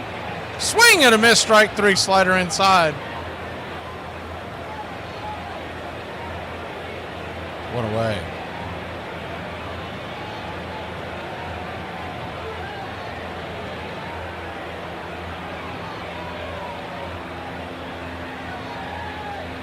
One down.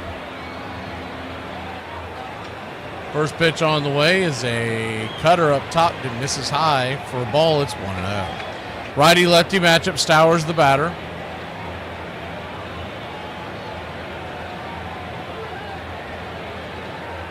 The 1-0, swing and a miss. 1-1.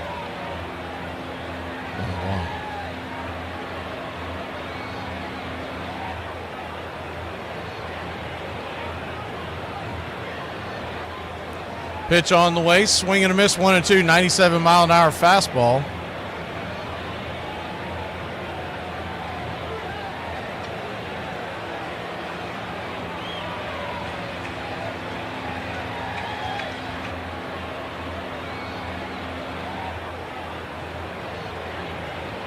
The 1-2.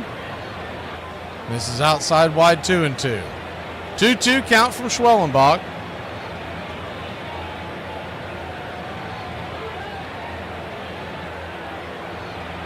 The 2-2 pitch, swing and a miss, strike 3, 97 up top, 2 down.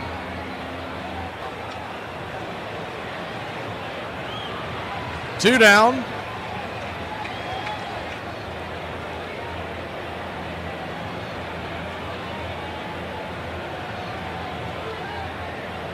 Still trying to work to get the other up and going, but until then, first pitch on the way is a four-seam fastball. 98 on the black. It's 0-1. The 0-1. Kicks and fires. Fouled off of Drake Baldwin. He's bent over a little bit. Looks like he might be in a little bit of pain. Might have gotten him right where you don't want to get got. They're going to give him a second to catch his breath. He says he's okay. I doubt that's 100% true, but he's going to tough it out.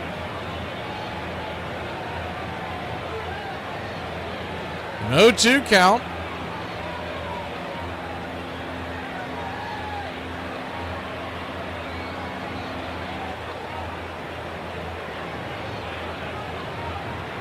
The 0-2.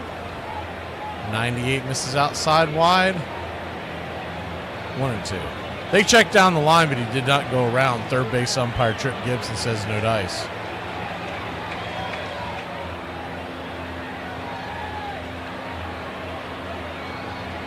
The 1-2.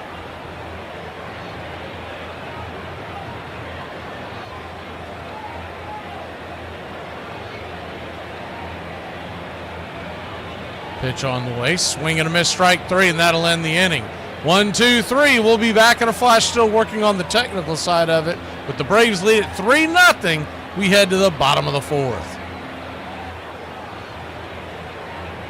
Roger, at Cornell University, they have an incredible piece of scientific equipment known as the tunneling electron microscope. Now, this microscope is so powerful that by firing electrons, you can actually see images of the atom, the infinitesimally minute building block of our universe. Roger, if I were using that microscope right now, I still wouldn't be able to locate my interest in your problem.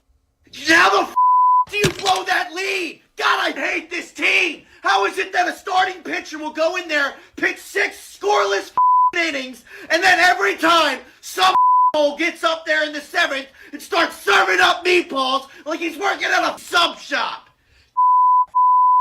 Hey, does anybody else feel angry as hell whenever somebody's in the kitchen at the same time as you? Meanwhile, Herzog created another logjam on the roster when he signed free agent catcher Darryl Porter, who'd been an all-star for him in Kansas City. But the Cardinals already had an all-star and fan favorite behind the plate, future Hall of Famer Ted Simmons. Ted Simmons was a terrific player, one of the great catchers of his era, who had a dynamic, charismatic personality, very popular. My favorite player on the Cardinals of all time is Ted Simmons, and I only wanted to be a catcher in baseball, mostly because of Ted Simmons. He was my favorite guy in the Cardinals in the 70s. Whitey's idea for keeping both catchers in the lineup was curious, to say the least. A solution that involved his star first baseman, Keith Hernandez. His master plan was to put Teddy Simmons at first base. Hernandez, a Gold Glove first baseman, was going to be playing in left field at the start of games. That didn't sound right to me, but it sounded right to him, and he thought it would work for 6 innings. He'd change him back. I mean, I thought he was crazy. I mean, he was going to weaken himself in 2 positions defensively. Ted eventually balked at it and put an end to it. So I guess Whitey had to make a decision. Your home for the classic call of Braves Country Baseball. Welcome back. First pitch on the way to Kid Kelnick is up top for a slider. It's 0-1. Kelnick, the number 9 batter. It'll be Kelnick, Harris, and Ozzie. The 0-1. Down and away, 1-1. Meyer at 52 pitches as we begin this inning. 1-1, swing and a miss, 95-mile-an-hour fastball, 1-2.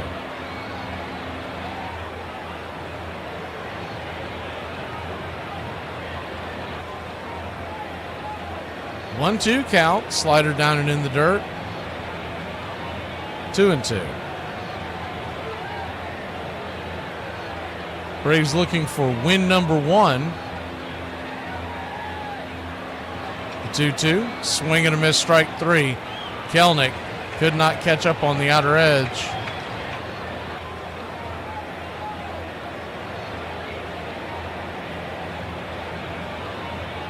One down at the top of the order goes back up.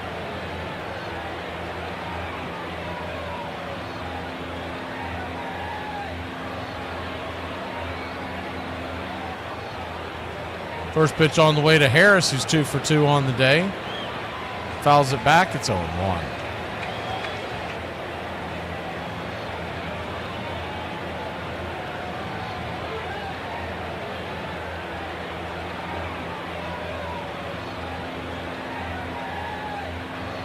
The 0-1.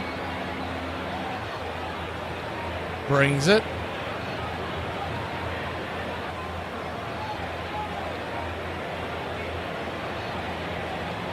So an 0-2 count, swing, rattles it over towards second. Good play by Lopez. Had to slide to his knee to the left.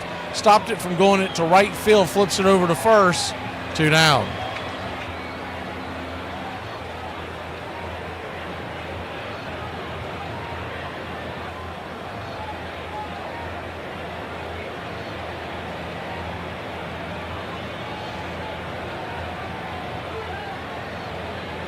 Two down. Pitch on the way, and Ozzie swings and dribbles that over to second, and it's an easy 1-2-3 inning. So just when you think you got Myers on the ropes, they give him an easy, quick inning, swinging at early pitches. We'll be back in a flash.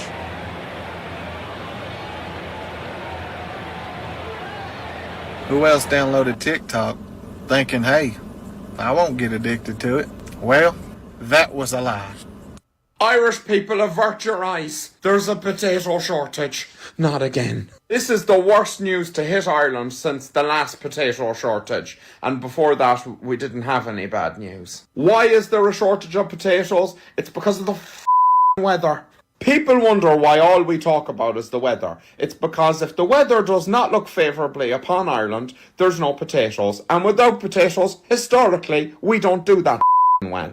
Without potatoes, all Ireland is a random, useless island with a load of tech companies' headquarters on it. I'm calling on Google and Apple to sort this the out. I remember Whitey grabbing him and dragging him down off the field and the booing. Gary's a good friend and he straightened himself out a long time ago. But when that happened, he had to go. I promised Gussie that he wouldn't be on the team the next year, but I wanted to give me a chance to see what I could do. 1981 would end up being an odd year for the Cardinals, and all of baseball for that matter, when the players' strike interrupted the middle of the season for almost 2 months. A unique resolution was put into effect for the season, a resolution that somehow left the Cardinals outside of the playoff, despite having the best overall record in the National League East. When the strike was called and lasted for so long, the brain trust in Major League Baseball decided to turn the season into 2 halves. Well, overall record, we had the best record, but we didn't finish first in either so-called half. I was angry. I'm sure we all were kind of angry, saying, hey, wait a minute, we had the best record in the National League East, and we're not in the playoffs. But that was the breaks. We didn't go, and that just kind of set the tone for us coming to next spring training in '82.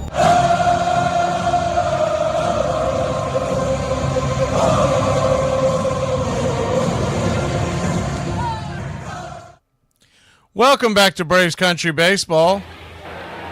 Thank you, Endless Florida. Normally the channel's better than this. We were having some tech difficulties, but I've figured out what the reasoning is. I'm just not sure if we can fix it tonight.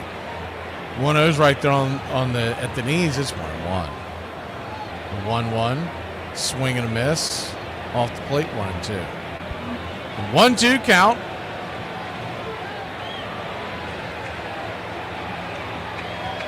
Braves lead it 3-0. Schwellenbach here in the top of the 5th. Apologize for the earlier technical difficulties. We don't have the 3D available for you tonight, but we're working on a solution. The 1-2. Swung on, chops it over towards third. Riley's got it, fires it over to first.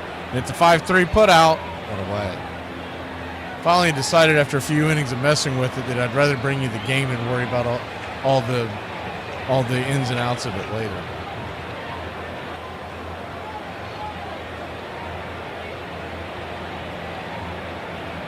One-two count.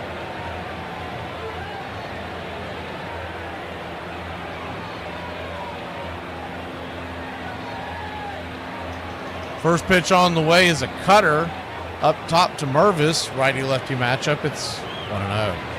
Pitch misses high and out of the zone. 1-0.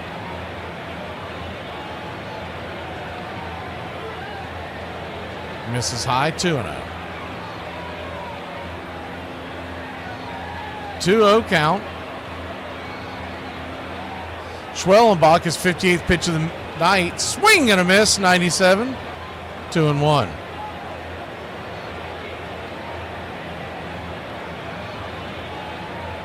Arizona leads Washington 4-3, bottom of the 6th. The 2-1 right there for a strike, 96 miles an hour. 2-2.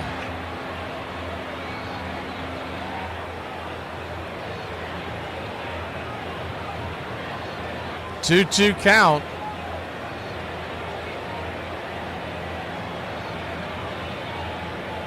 Schwellenbach comes set. Brings it. Swing, rattles it back, foul, slider up top.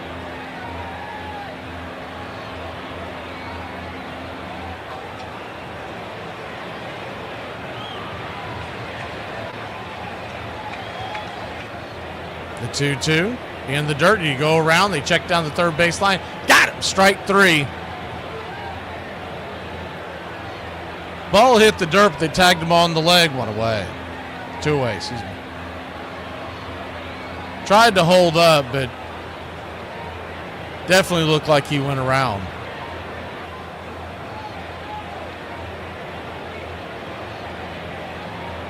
Two down, righty-lefty matchup. Hicks, the hind catcher, to the plate. First pitch on the way. Curved ball, smacks the middle of the plate for a strike. It's 0-1. Baltimore leads the Royals 2-1. That game is in the 2nd. Phillies lead the Dodgers 1-0 in the 7th. Man, that game's flying by. They started that at 6:45. This one's moving pretty quick at its own rate. The 1-1. Swing, slices it into left field. That's down for a base hit, and that'll break up the no-hitter. First hit allowed by Schwellenbach in 4 2/3 innings.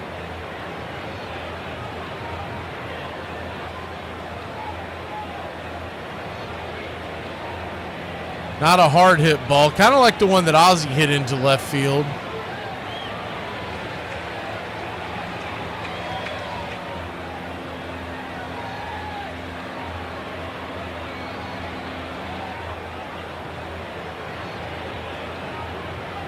First pitch on the way is up top for a strike. It's 0-1.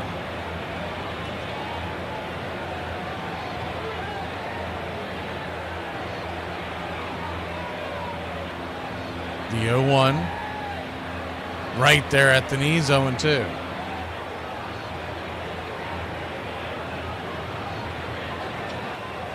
So no 2 count.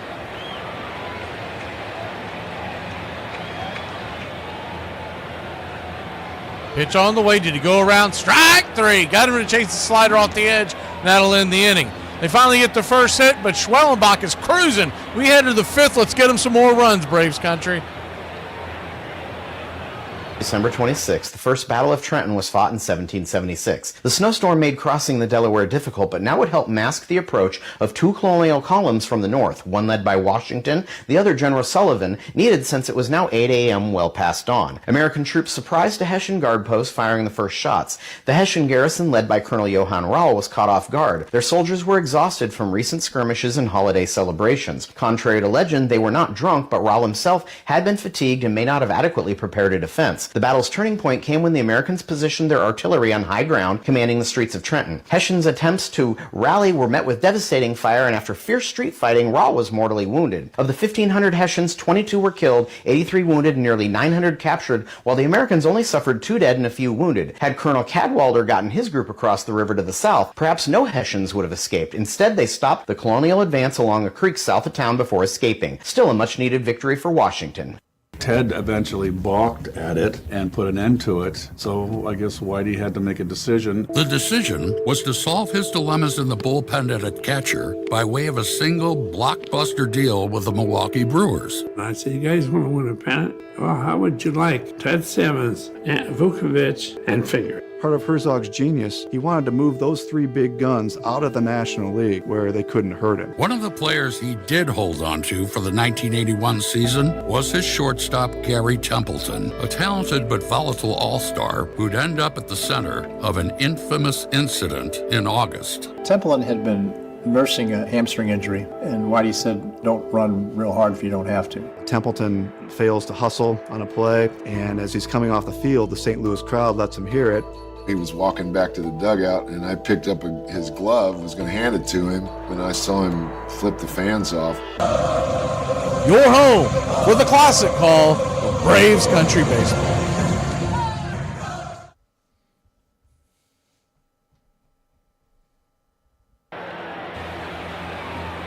Welcome back.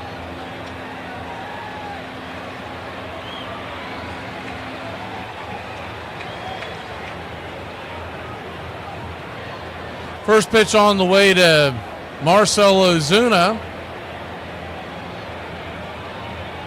Right there, first strike. It's 0-1. The 0-1 misses high and out of the zone.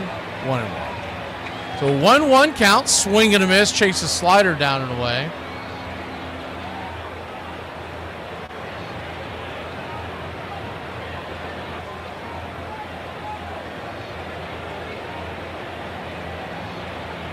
The 1-2. Right there for a strike. Caught looking. Slider at the knees. One away. Marcell Ozuna locked up on that one. He didn't give much of an argument, nor should he.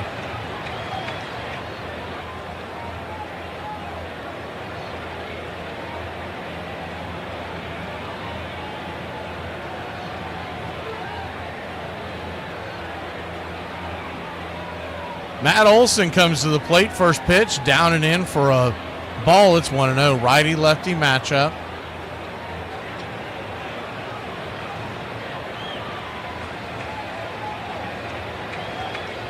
The 1-0. Down and in, 2-0.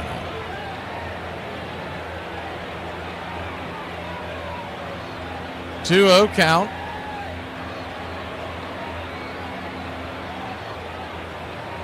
Swing, chops it over towards first. Should be an easy 3-1 put out. It is. Meyer had to toe tap the bag. He looked like he almost lost his balance there. We almost got a gift, but instead there's two away.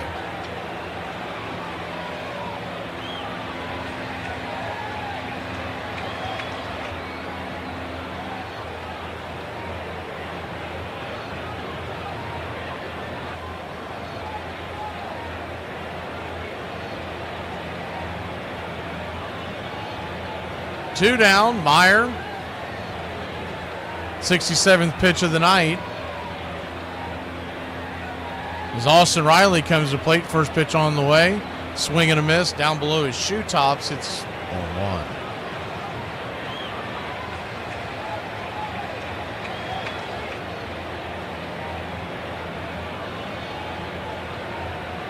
The 0-1.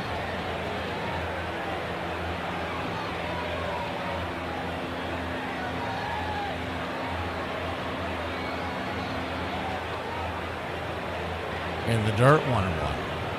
1-1 count, swing and a miss. 1-2.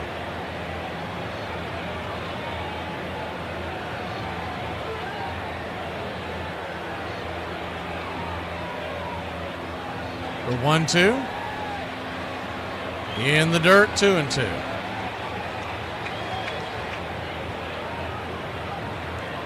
Two count.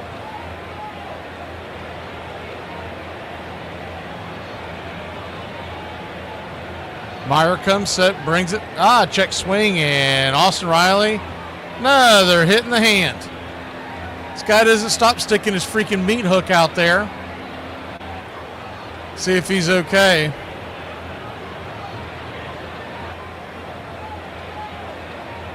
Thought it had tapped off the bat, but I guess it went off his hand.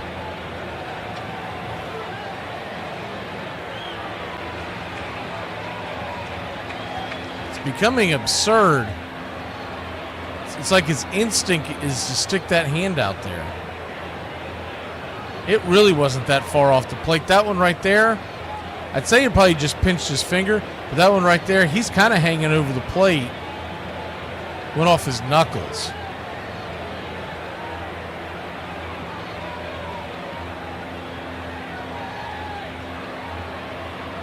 So they're going to give him a chance to see if he's okay. But, I mean, this is just, it's almost becoming comical with Austin Riley.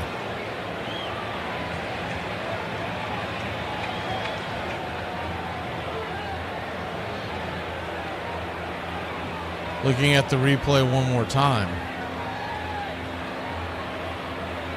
I swear it looks like it hit the bat handle from one view, but if you look from the other view, it looked like it went off his knuckles. Strange. But I don't know what can be done about it. I mean, something like that, there's paddings you can wear, but a lot of the guys don't feel good about. I'm getting the replay from the Marlins view because I'm stuck down here and getting it in the Florida region, so I can't get it from the Braves region. Here comes the call and see what goes on here. And it looks like they are going to put Riley on first. It was really strange. If you see it from the head-on view, I don't know what y'all were getting on the Braves country, but if you get it on the head-on view, it looked like it hit the handle, maybe a piece of his finger, and kicked to the side. If you go to the side view, it looked like it went straight off his knuckles. De La Cruz will come to the plate. He's 1 for 1 with the walk. See what he can get going here. First pitch on the way, swing, rips it over towards short, deep into the hole. Making the play is Edwards. He will stop the ball from going to left field, but that's it. Infield single for Brian De La Cruz. We've got runners on first and second, 2 outs.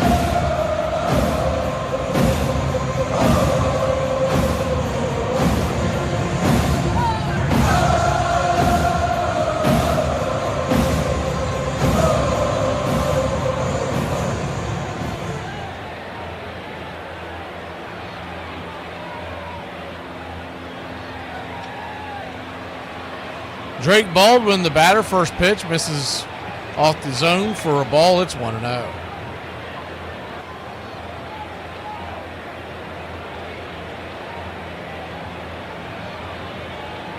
The 1-0. Runners on first and second, 2 outs. Pitch, swing, saws it off foul. 1-1. Like to see the youngster get another base hit. Got his first one of his career. Few games in the season, has been scuffling ever since. He had some hard hit balls beginning of the year, but eventually that starts messing with, especially a younger batter. The 1-1 in the dirt, 2-1.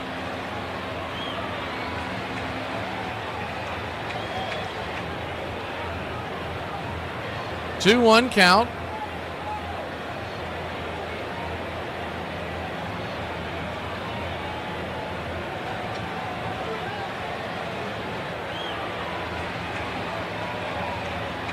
Meyer comes set, brings it inside, 3-1.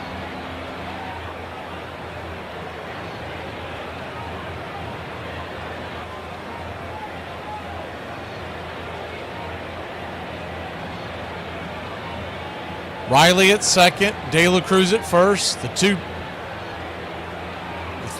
count with 2 outs. Outside wide ball 4. So he'll head on down to first. That's one thing Drake has been doing. He's been working his way aboard via the walk. And the Drake gets the bases loaded. You don't like the For Drake? Nick Allen. I love the Drake. How could you not like the Drake? Who's the Drake? The Drake is good. Little Nicky digs in. First pitch down and away. It is 1-0.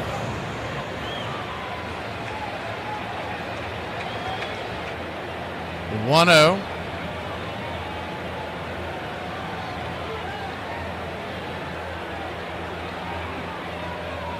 Kicks and fires. 1-1.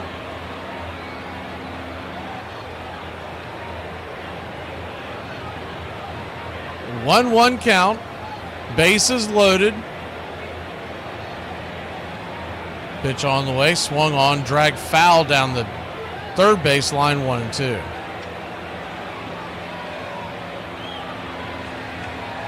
Braves 3, Marlins nothing. Braves have a chance to break this one wide open.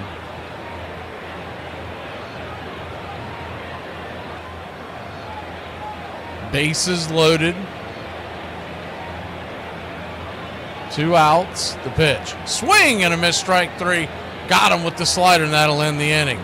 So the Braves get them loaded up, but can't do anything to get them home. We'll be back in a flash. We head to the 6th, leading 3-0.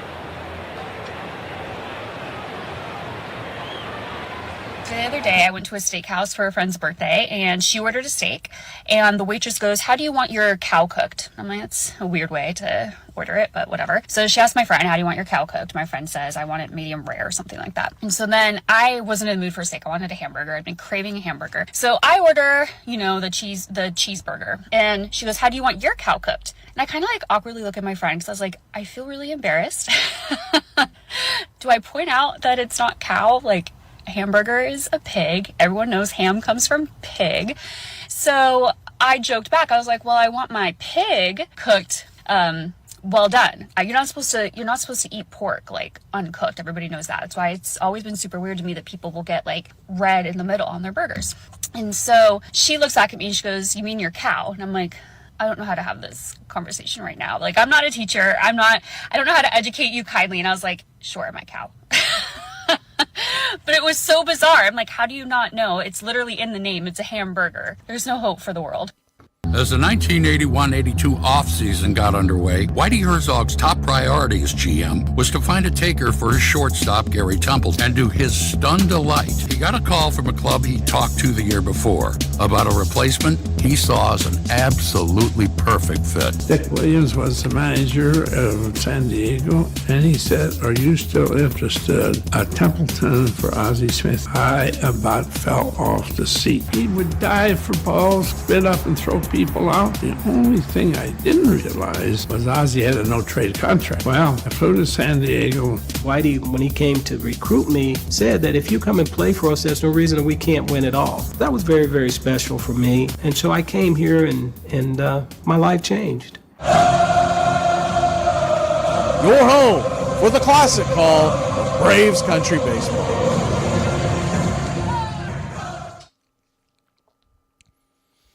Welcome back. Braves lead it 3-0. First pitch misses for a ball. It's 1-0. The 1-0 to Paulie, number 8 hitter. Pops it up high into center field. Coming in, making the catch is Michael Harris. One away.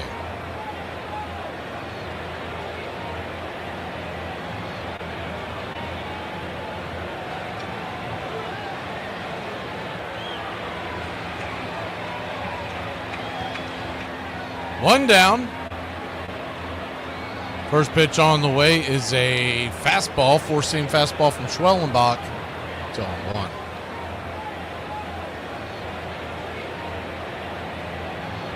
The 0-1. 97 misses wide. 1-1.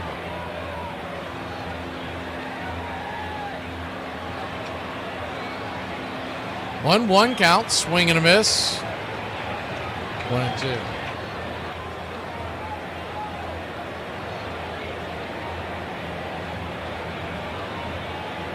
Pitch on the way, 95-mile-an-hour fastball, blew it right by him.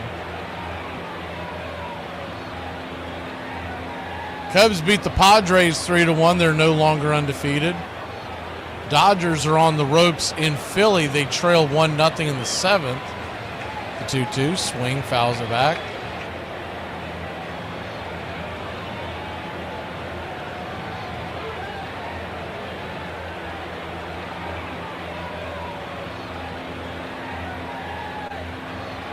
The 2-2, swing, drips it over towards short. Allen's got it, fires it over to first. It's a 6-3 put out.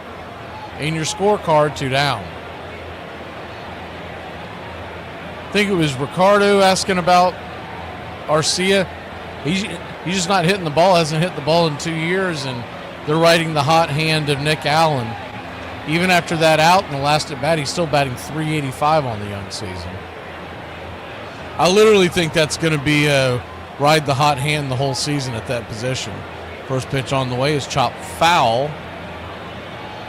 Down the line, it's 0-1.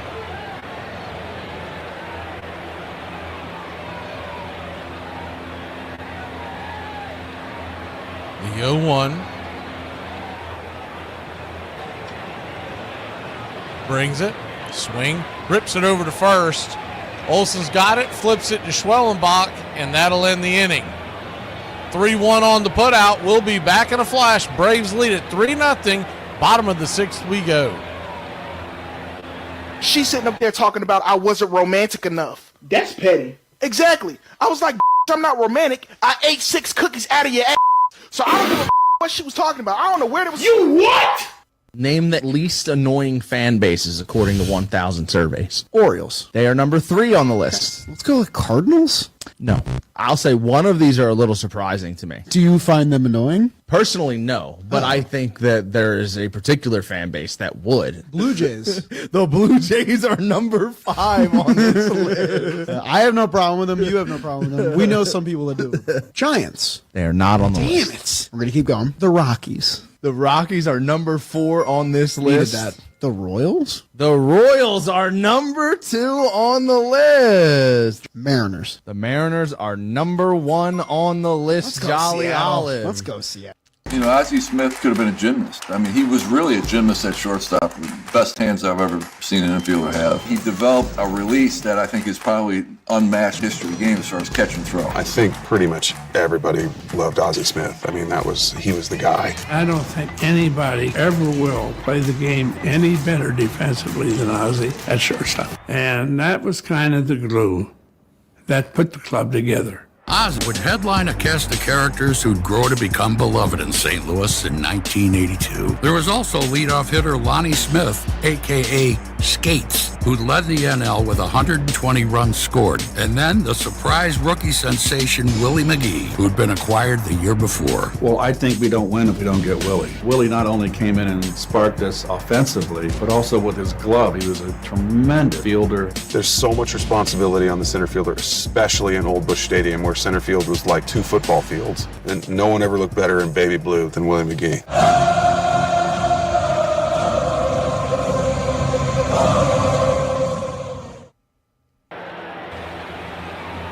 Welcome back. Atlanta Braves lead this one 3-0. We go to the bottom of the 6th. Kid Kelnick will lead us off. That'll flip the lineup over. So we'll have Kelnick, Harris, and Ozzie.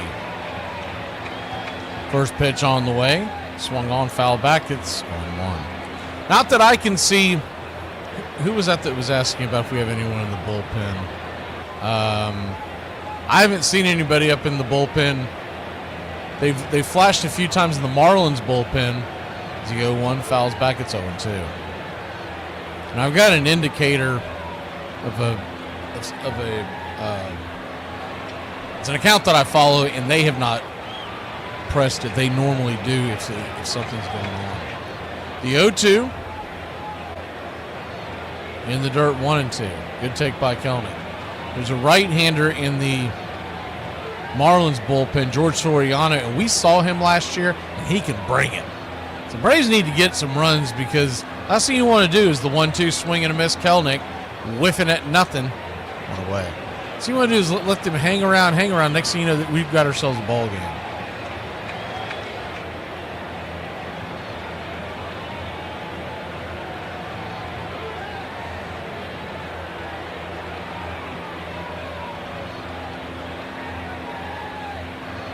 One down. First pitch on the way to Harris is a changeup outside wide. It's 1-0.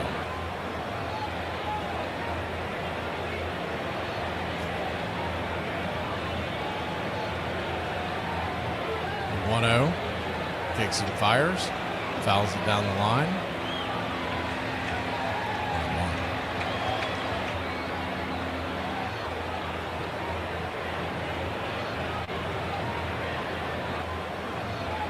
1-1 count. Swing and a miss. Chase that changeup down and away 1-2. When Myers doing well, he's got that changeup working. He's at 88 pitches. I think the Marlins would like to try to get him through this inning and then go to their pen. Braves 3, Marlins nothing. Bottom of the 6th inning. The 1-0. Swung on and lifted. Pops it deep into left center field, but drifting over, making the catch is Myers. No relation to the starting pitcher, to away.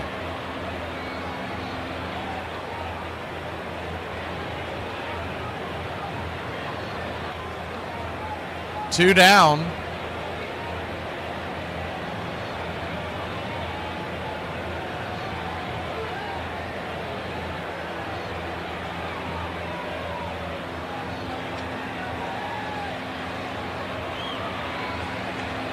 Ozzie Albies digs in. First pitch on the way. He's 1 for 3. Takes a four-seam fastball right there on the inner cut. It's 1-0.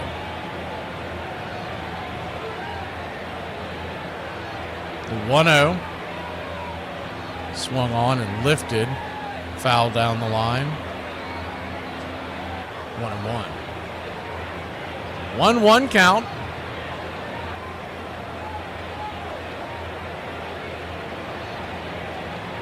Here's the pitch. Swing! Lifts it high. Not very deep. Got out the end of the bat and lifted it. It'll be an easy catch by the center fielder Myers, and that'll end the inning. 1, 2, 3. The Braves go in order. We go to the top of the 7th, clinging to a 3-run lead. Guys, if you don't slow the down, I'm going to kick your kneecaps in. I got tiny legs and a frozen margarita. I'm passing the phone to somebody that always leaves her keys in the door. I'm passing the phone to someone who never went to college. Ow. Okay. I'm passing the phone to somebody who whispers cute things in her sleep. I'm passing the phone to someone who will never be 6 foot. Okay. I'm passing the phone to somebody whose feet stink even after they shower. Huh? What's up with that? Huh? I'm passing the phone to a 30-year-old that can't grow a beard. Okay. I'm passing the phone to somebody who farts louder than a man. Don't say stuff like that. I thought we were doing compliments. Do it again. Okay, fine. I'm passing the phone to somebody who can eat a whole pizza. Wait, where are you going? I think it's impressive, honestly. I love that about you. Maybe the most colorful character was righty Joaquin Andujar, who blossomed into an ace a year after coming over from the Astros. Herzog talked to Bill Verdon on the Astros manager, and Verdon said, well, Whitey, he's got a live arm, but let me tell you something, this guy's out of his mind. Brought a flair to our team. He was a fun guy to pick on in the clubhouse. You know, he was an easy target. We knew he was deathly scared of snakes. So what do? You bring out snakes. It's one of those things that he loved because it made him feel a part of what we were doing. The Cardinals would win 92 games and NL title in 1982, stealing 200 bases along the way, with record crowds flooding Busch Stadium to catch the Redbirds winning with a style all their own. It's hard to believe, but Cardinal fans in a way from the mid-'70s through 1980 had almost become accustomed to mediocrity. But once you start winning and once the fans, buy into what's going on, everybody wanted to be a part of it. Thank you for listening, liking, and subscribing to Braves Country Radio. First pitch on the way from Schwellenbach. Stowers, the number 2 hitter, is swung on and banged over towards second. Backhanded by Ozzie. He'll fire it over to first. And it's a quick 4-3 put out to start the 7th.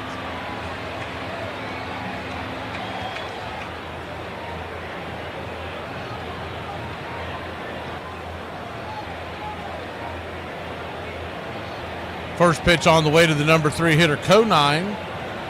It's a four-seam fastball.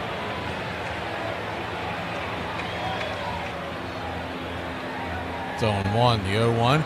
97 miles an hour, smacks the black on the outer edge, 0-2.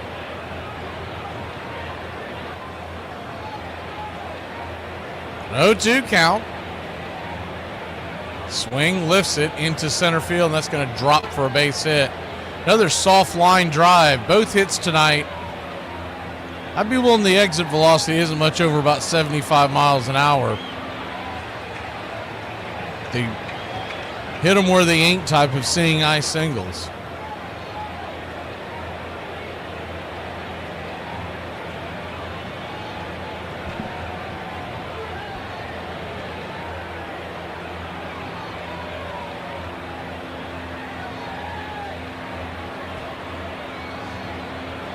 Lopez, the cleanup hitter, comes to the plate, takes a swing at the first pitch, fouls it away. It's 0-1.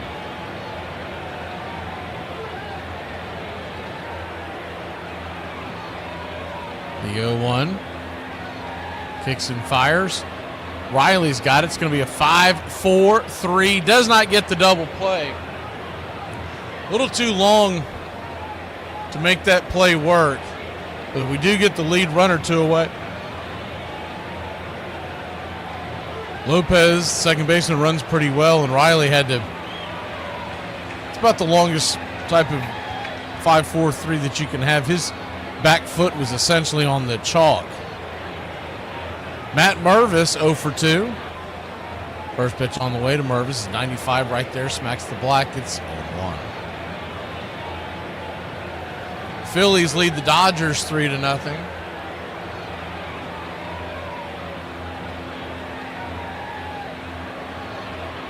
They are in the 8th inning. The 0-1. 0-2. 0-2 count.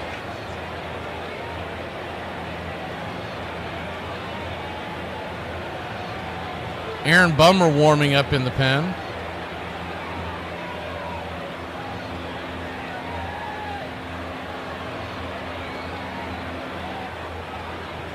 The 0-2. Swing and a miss, strike 3. Schwellenbach is at 86 pitches through the 7th. We'll see. They may send him back out there for the 8th. He's damn sure earned it. We'll be back in a flash here on Braves Country. They were not kidding when they said that these cups are like weapons. All right, I bought myself upside the head. Almost got a concussion, all right? Don't mess with a woman carrying one of these.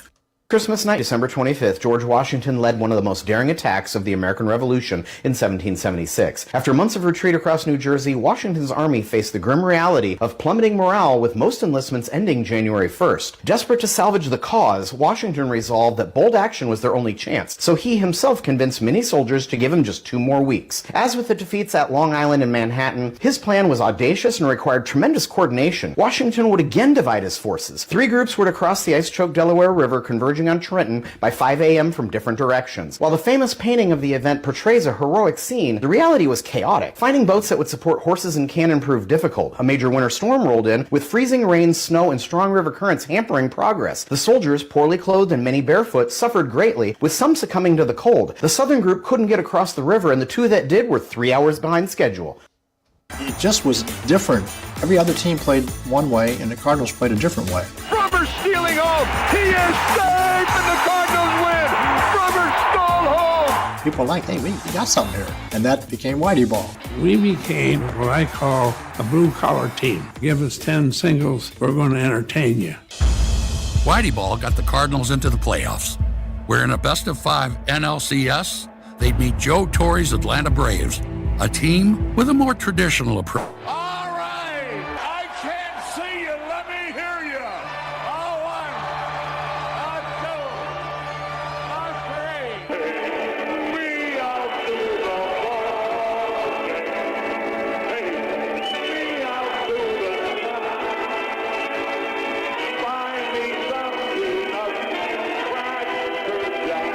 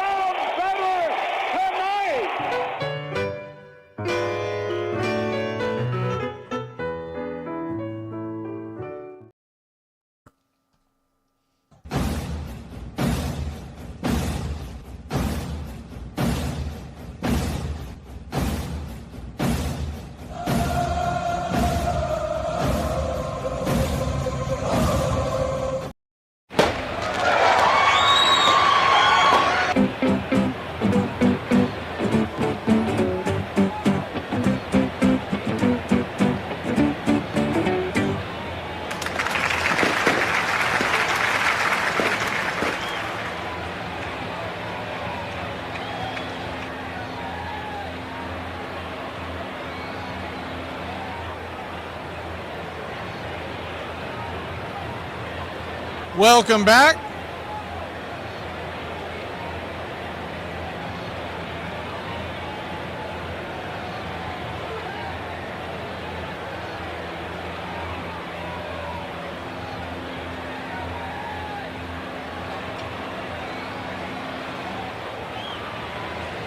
Atlanta Braves, bottom of the 7th we go.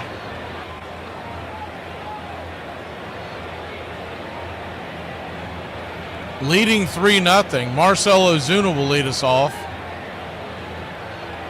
First pitch on the way is a slider on the inside track from the new pitcher Soriano. 0-1. The 0-1. Kicks and fires. Swing! That ball's lifted. High and deep into left field. Going back. Oh, did the ball go over the wall? It went out of his glove. Did the ball go over the wall? Zip, boom, bam, it is gone. Ram-a-lam-a, ding-dong.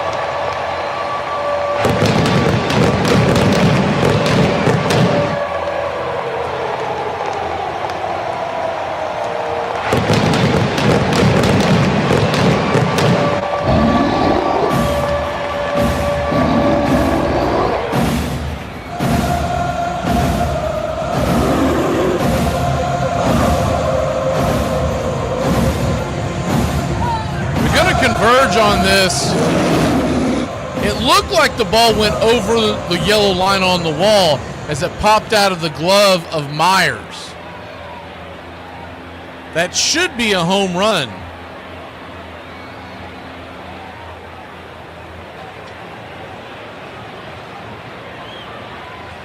It's not an out. Conine caught the ball after, but they used fence interference. It shouldn't be an out. Call on the field is home run. We'll have to see what happens here.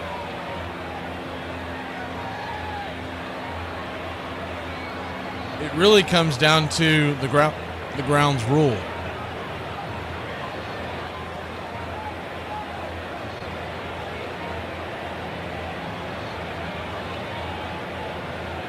They're showing the replay. Meyer, it popped out of his glove and rolled over the top of the yellow line on the wall. That should be a home run in most parks. Now, we'll see how they rule it, but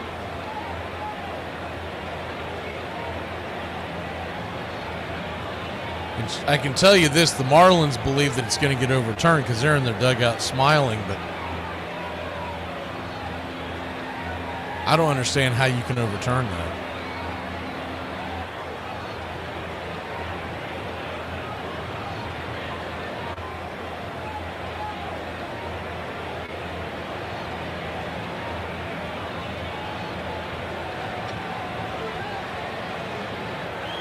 Long review. While we do that, thanks for your contribution, James.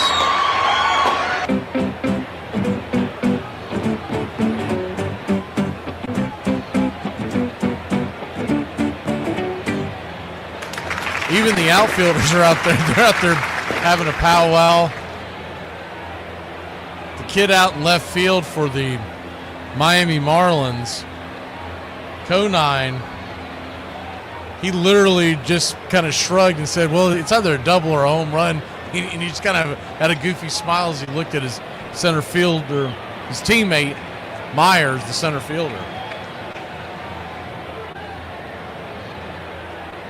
And they are taking their sweet time. It's not that difficult to review. You either call it a home run or it'd be his first one on the year if it stands.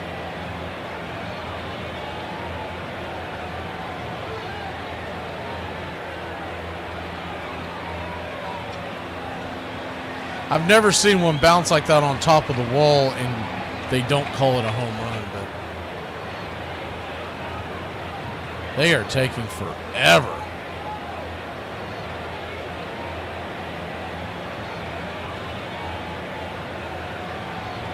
Phillies lead the Dodgers 3-0. They are now heading to the bottom of the 8th. The Dodgers are going to have one more up, and then they'll be winless.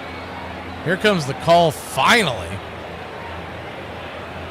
It is a home run, so we'll play it one more time. Because hell, it's the Big Zoo's first home run of the year.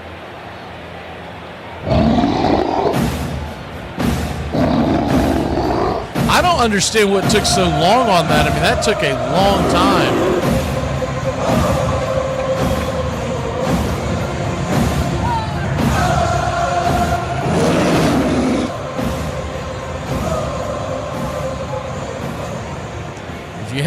If you had Marcell Ozuna, I was looking up while this is going on, to home run today, it was a plus 260. So that made a big difference in the betting market, if nothing else. First pitch on the way to Matt Olson is inside, four-seam fastball. It's 1-0. 1-0, righty-lefty.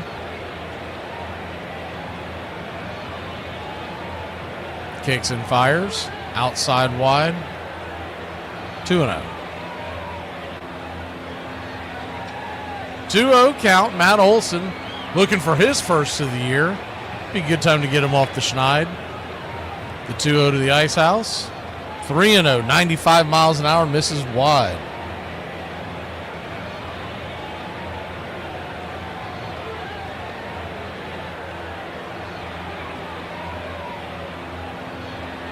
.30 count. Swing! That ball's belted deep into right field. Going back on the track. Zip, boom, bam, it's gone. Ram-a-lam-a ding-dong, a solo shot in the ice house. His first home run call of 2025.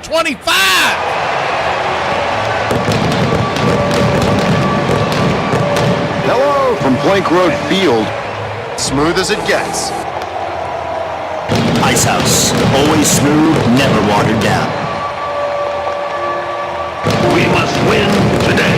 Losing is not an option. Back-to-back jacks. And here comes Austin Riley. First pitch on the way to the rake. Right there for a strike on the intercut. It's 0-1. Starting to wonder if I was ever going to get to use that Matt Olson home run call that we came up with last week. The 0-1 swung on, pops it up, got underneath it.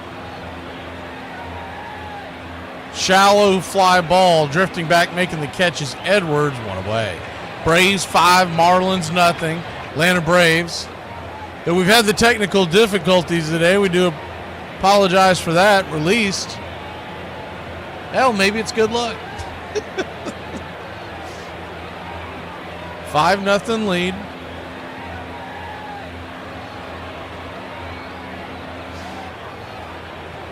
Here's the pitch. Swing. Brian De La Cruz pounds it into the night. Fouling out of play. It's 0-1. The 0-1.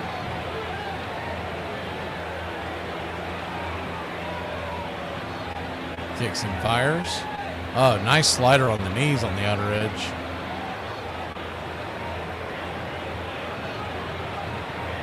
So an 0-2 count.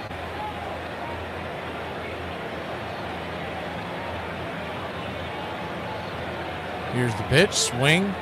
Pops it deep down the right side. Bending, making the catch at the right field foul line is Stowers. 2 down. 2 down.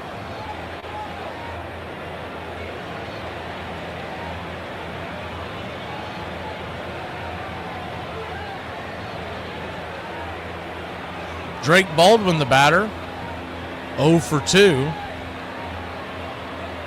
First pitch on the way to the left-handed bat of the Drake.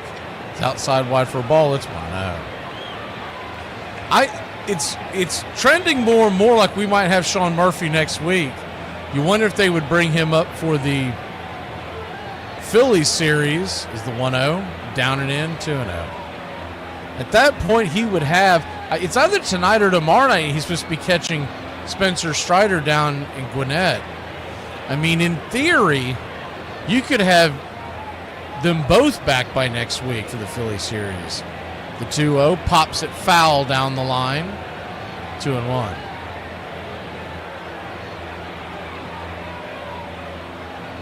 Two-one count. Braves 5, Marlins nothing. Here's the pitch. Down and away, 3-1. So a 3-1 count. Thank you, Jason.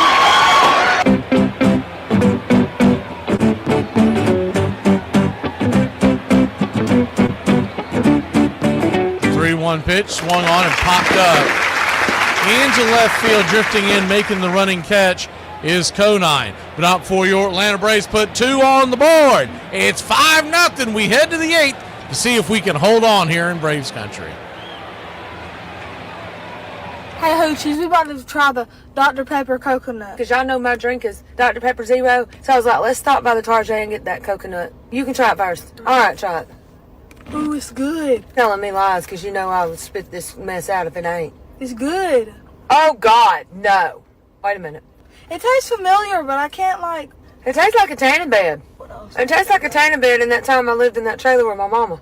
Normalize answering questions with go yourself. They ask your age, go yourself. The cashier asks, oh, you bought one, do you want this other one for free? Go yourself. Hey, what's your favorite app to play? In the first game, Braves led 1-0 in the 5th inning, and it rained. The rain starting to come down again. With 1 out in the bottom of the 5th inning, this is not an official game. They waited a long time for it and didn't resume it, so the game was wiped out. So that gave us a chance to regroup. And in regrouping, we went on and just did what we had done all year. Take 2 of Game 1 would be a Cardinal blowout, with the veteran Bob Forsch going the distance for the shutout. Kerr has it and throws. That's a St. Louis winner,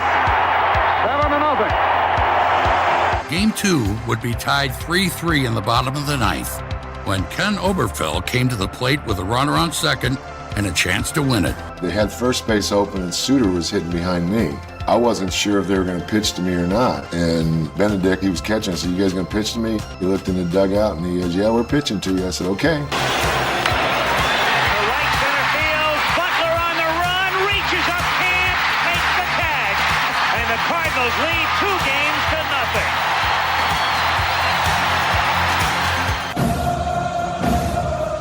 Your home for the classic call of Braves Country Baseball.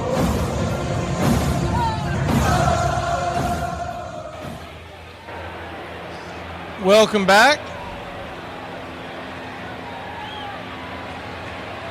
Eli White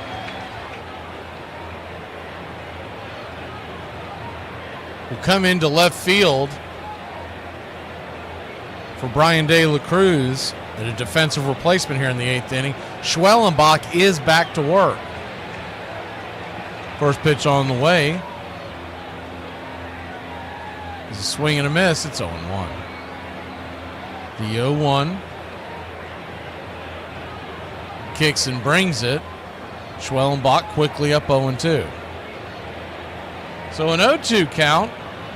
Tell you what I am going to try to do since we can't get the Braves broadcast in. Let's see if we can try something out. The 0-2. Swing and a miss. Strike 3. Got him with the crack-a-lack right there. 1 away. Good pitch. Where is...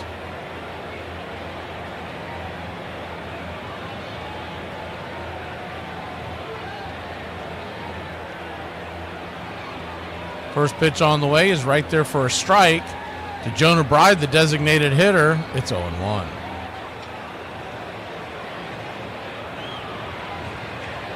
The 0-1.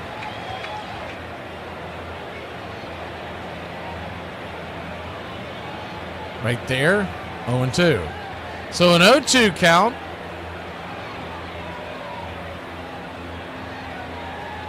This is what I am going to do for you here.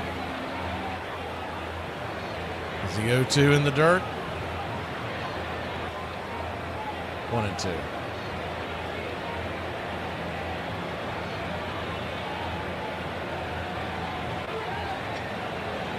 One-two count. Kicks and brings it, drags it over to short. Nick Allen's got it. He'll flip it over to first.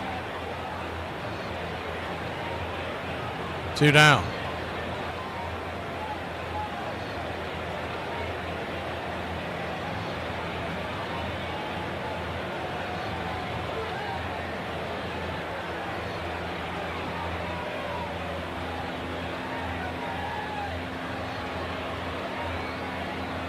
Two down, and the first pitch on the way is up and out of the zone to Paulie, the number 8 hitter. It's 0-1. The 0-1. Kicks and fires.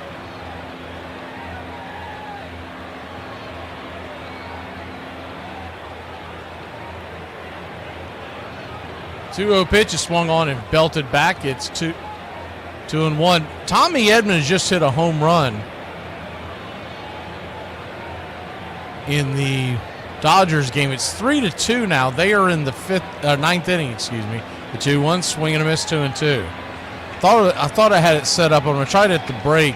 If y'all want, I'm gonna put the 3D up for that game as I call you the Braves game.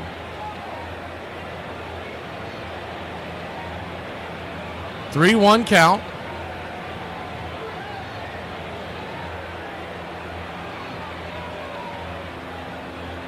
The wind up the pitch. I'm sorry, 2-2 count. The wind up the pitch. In the dirt, full count. So a full count. Braves lead it 5-0. Tommy Edman had hit a 2-run home run over there in the Dodger game. And I just thought about it. I was like, well, they're blocking me here. They're not blocking me for all the other games. The payoff pitch swung on, lifted into left field, making the catches. Eli White, and that'll end the inning. We'll head to the bottom of the 8th during the break. I'm going to try to pull up the other game of interest. Keep it locked in here on Braves Country Radio.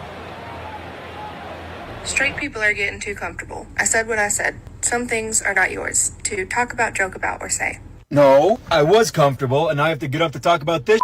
All right, so the example you use in your description is stray folks using the word twink, right? My cousin, that man gets filled up more than my truck does. Dude's a puff pastry. Love him to death, but I call him a twink every time I see him. On the other side, I got a buddy with a wife and 3 kids. I call him a twink too. Admittedly, he doesn't take it as well. Now I want to make this clear. Your feelings are valid. I just don't care about them. The nifty thing about life is if people don't like each other, you don't have to hang out with one another. However, the constant need to be liked mixed with the constant need to be right has led to unchecked narcissism. December 1st, 1763, an unknown lawyer named Patrick Henry rose to prominence in the Twopenny case. The Anglican Church was the official religion of Virginia, and clergy were paid by the colony in the form of 16,000 pounds of tobacco per year. The king approved this law, thus only the king could change it. Instead, the colonial legislature passed the Two Pennies Act, forcing ministers to be paid in less valuable colonial cash at 2 pennies per pound of tobacco owed, a 2/3 loss in pay. Ministers around Virginia were suing and winning in court, including local minister Parson Murray. At the damages hearing, the sheriff was expected to be hit with a huge fine for not collecting enough taxes to pay Murray, so he took a chance on Henry defending him. Henry railed on the government, the king, and the clergy for violating Virginians' rights with unfair taxes, hurting the poor the most. The jury awarded damages of just 1 penny, launching Patrick Henry's career. Combined with James Otis's writ of assistance case, they inspired the public and showed the king and colonial government could be successfully challenged in the court of public opinion. Another one of Ben Franklin's seeds sown of total disunion.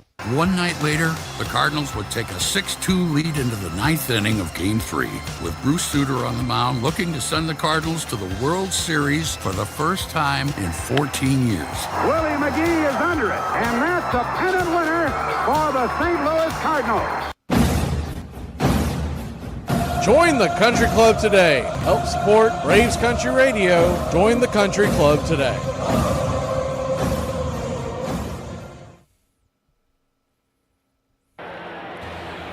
Schwellenbach was getting high fives in the dugout, so I'm pretty sure that's it for him. First pitch on the way from Arias, the right-hander, to Nick Allen. It's 1-0. 1-0.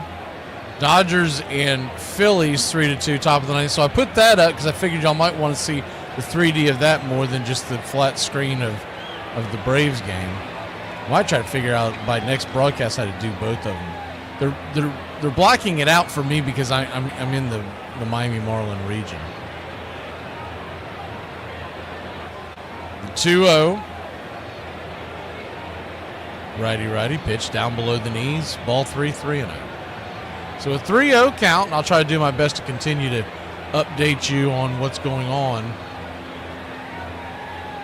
your screen.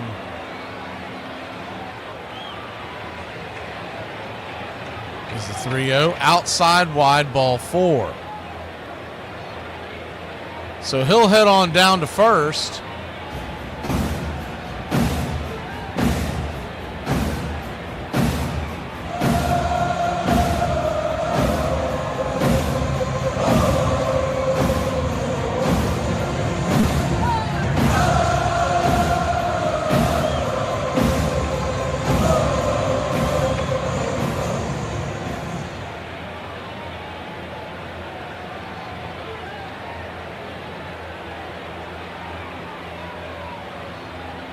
Jared Kelnick, the batter, righty-lefty matchup. First pitch on the way. Down and in.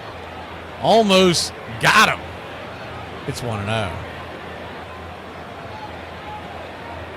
A 1-0.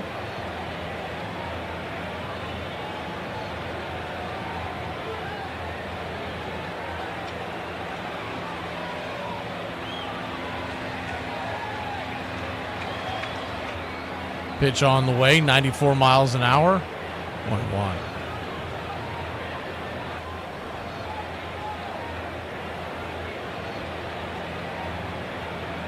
To Kelnick. Runner at first. Nobody out. On deck, you got the top of the order. It'll be Harris. It'll be Ozzie. 1-1. Chops it foul. 1-2.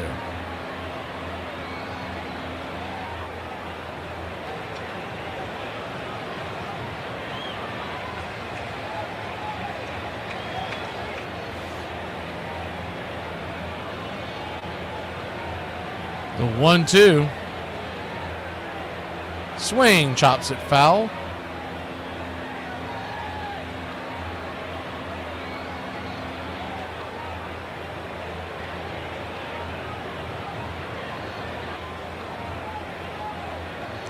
One-two count.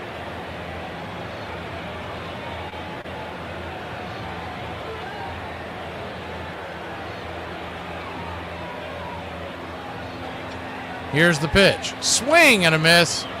Pulled the string on that changeup. One away. The book must be in on Kelnick, because I've noticed this whole week when someone gets up on him in the count, with up on a strike or up on 2 strikes, they go to a changeup away from him, and I guess he just can't figure out the difference between that and the fastball, and he's been swinging over it. First pitch on the way to Harris, and swung on it, fouled back. It's 0-1. Really going to be interested to see what happens when they get Verdugo rolling, and if Kelnick's still playing this poorly, does he end up being the odd man out on the roster? The 0-1, his time is called. I don't think that they're going to bail on him that quickly, but it's not like he hasn't been here for over a year and has done little or nothing since about halfway through the season last year. The 0-1. Swing, rips it down the right field line, but foul.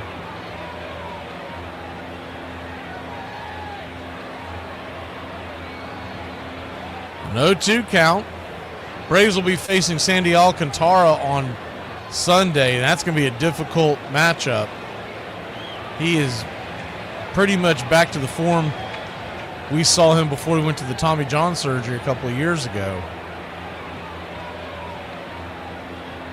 So tonight and tomorrow night, critical to try to win this series. Arias is going to flip it over to first to keep Allen close by.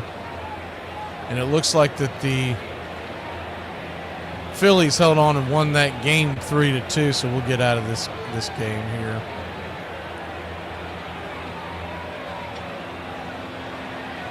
The 0-2, swing and a miss.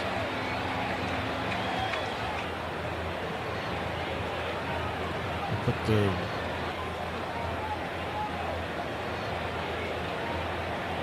Braves-Marlins game back up.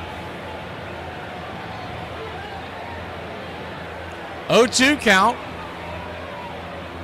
Righty-lefty, here's the pitch. Swing, slaps it down the left field line.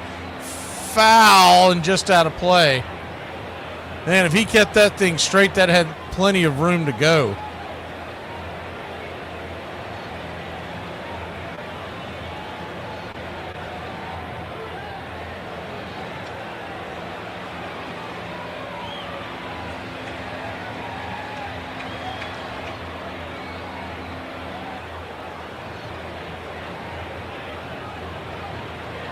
The 0-2, swing, chops it foul.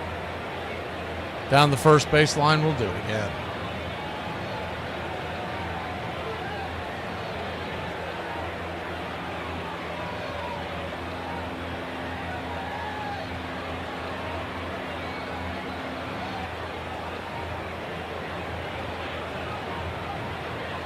The 0-2 count. Kicks and fires. Swing! Rips it down the first base side off the glove of the first baseman, Mervis, and it'll dribble into right field. As the ball got away, Allen goes first to third, and we've got runners on the corners. 1 out.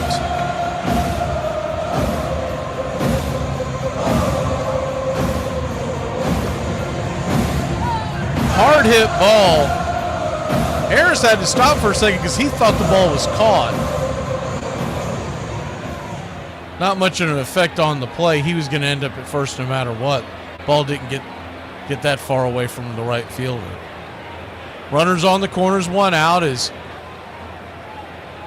Michael Harris puts his stealing pad on his left hand. Pitch to Ozzie Albies is swung on and foul back. It's 0-1.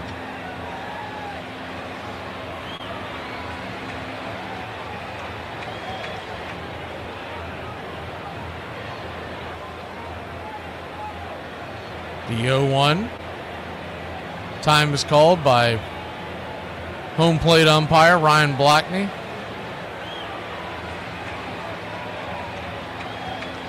Oh-1 count. Arias comes set, kicks and fires. Swing! That ball's laced into center field. That's going to get down for a base hit. 1 run will score in your Atlanta Braves. Back up on the board again. It's 6-0, a half dozen in Atlanta.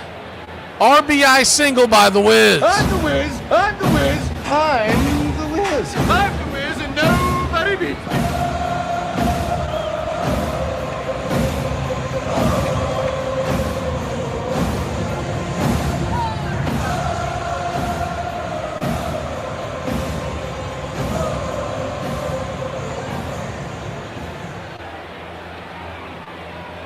Ozzie just reached out there and poked it over the infield. They had it halfway drawn in. First pitch on the way to Marcell Ozuna, who hit his first home run of the night tonight. First home run of the year tonight, I should say. Takes a hack at the first pitch, fouls it back. It's 0-1. Righty-righty matchup. The 0-1 comes set. Kicks and fires. Outside wide. 1-1.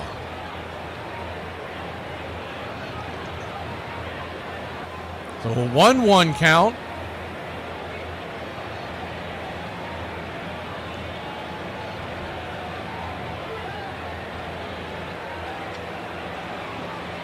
Arias comes set. Swing! That ball's ripped into left field. That's going to get down for a base hit. Here comes the throw to the plate. They're going to hold Harris at third, but it is a base hit for the Big Zoo.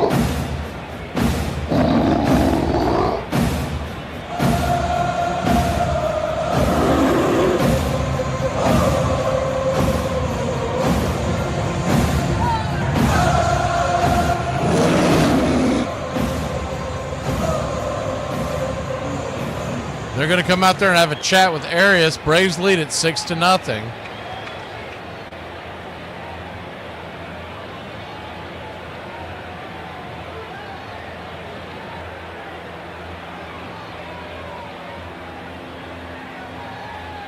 They go out there and talk to him.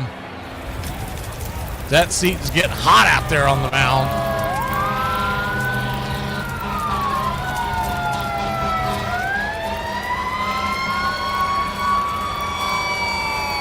Matt Olson steps in.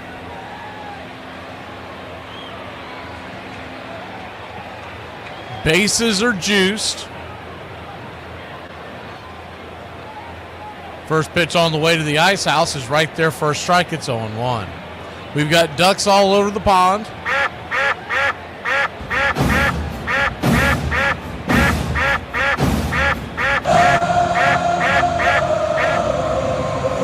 The 0-1. Outside wide. 1-1. 1-1 count. Here's the pitch. Swing. That ball's lifted into center field. That's going to get down for a base hit. 1 run will score. Harris makes it 7-0. 2 runs will score. Ozzie comes sliding into home plate, and your Atlanta Braves have put 8 up on the board. A snowman here in hot Atlanta, GA. This is not watered down. This is Ice House. Good piece of hitting. Smooth as it gets. Good piece of hitting there by Matt Olson. Pitch was on the outer edge, but he just dripped it into center field. We've got runners on first and second.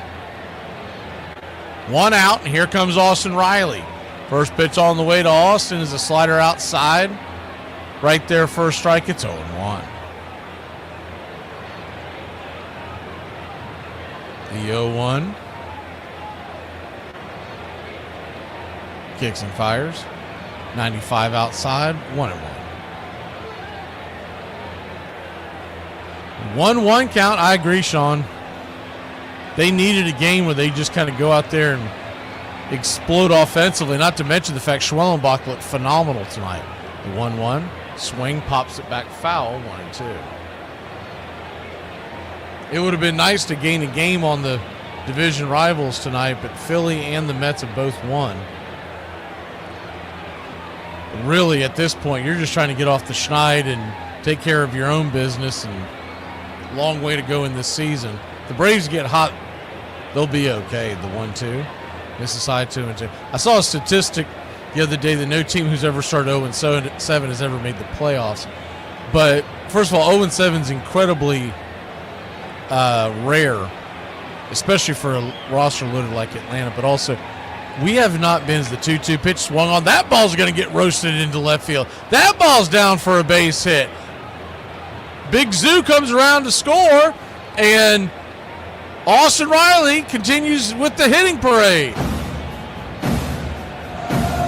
You're my boy, Blue!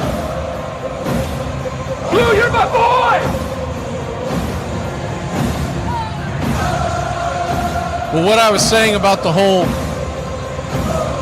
have never made the playoffs after 0-7, this is not the same Major League Baseball for all those years and years and years. You didn't have an 0-7 start since we've started the expanded playoffs. So it really is comparing dollars to donuts, because back in the day when you started 0-7 and only 2 teams made the playoffs or the postseason as they each won the pennant, there's a big difference between that and nowadays where 12 teams make the pennant chase. That is going to be it for the Marlins reliever. He will exit. Right-handers coming in. We'll be back in a flash here on Braves Country. Here's a little on this date. On this date in 1911, Hugh Chalmers, an auto manufacturer, introduces and sponsors the first MVP award. The first winners, selected by a vote of one baseball writer representing each franchise in the league, will be Detroit Tigers' Ty Cobb and Cubs pitcher Frank Schultz. On this date in 1968, due to the assassination of civil rights leader Martin Luther King, most of Major League Baseball games are postponed for opening day, giving 5 days and resuming after the Reverend's funeral on April 9th. The Los Angeles Dodgers are the notable exception, even though their opponent, the Philadelphia Phillies, say they would forfeit rather than play on the National Day of Mourning. And on this date in 1994, on opening day at Wrigley Field, it's Tuffy Rhodes Day. In the Cubs' 12-8 loss to the New York Mets, Tuffy Rhodes, who had hit only 5 home runs in his first 280 Major League at-bats. Cranks 3 home runs on opening day, becoming the first player to do so in his first 3 at-bats of the season. All 3 home runs are hit off the right-hander of the New York Mets, Dwight Gooden. And that's your Braves Country Radio on this date in baseball history. Find us on YouTube and Facebook today.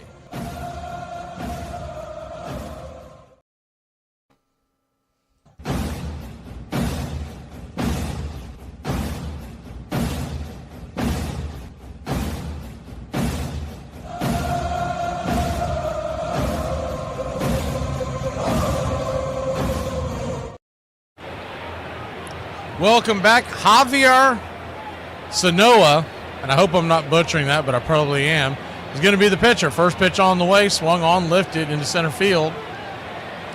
Fly ball out, 2 down. Sanoa is not a pitcher, I do not believe. I'm pulling it up right now. He just threw what looked like to be some bit of an ephus pitch or knuckleball type thing. Curveball's outside wide to Drake Baldwin. 1-0. The 1-0. Misses inside. 2-0. So a 2-0 count. Pitch on the way, swing and a miss. They're calling that a changeup, 62 miles an hour. Yeah, he's the backup second baseman for the. I thought that's who that was. He's the infielder for the Marlins. He's just come getting junk in, and the 2-1 slider. I've heard a lot of guys say that they don't even like batting against stuff like this because it can put you in a rut. The 2-2 swung on, ripped up the middle, a base hit for Drake Baldwin. All right. Here comes another run to score, and it is 10-0. Your Atlanta Braves. You don't like the Drake? I love the Drake. How could you not like the Drake? Who's the Drake? The Drake is good. The Drake gets himself a RBI single.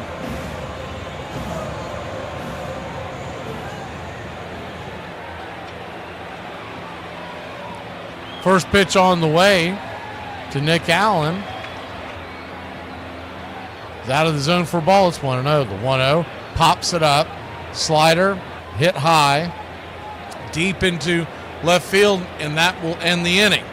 But not for your Atlanta Braves. Get double digits, 10-0. Pinch me, am I dreaming, Braves country? We'll be back in a flash to try to slam the door here in the top of the 9th.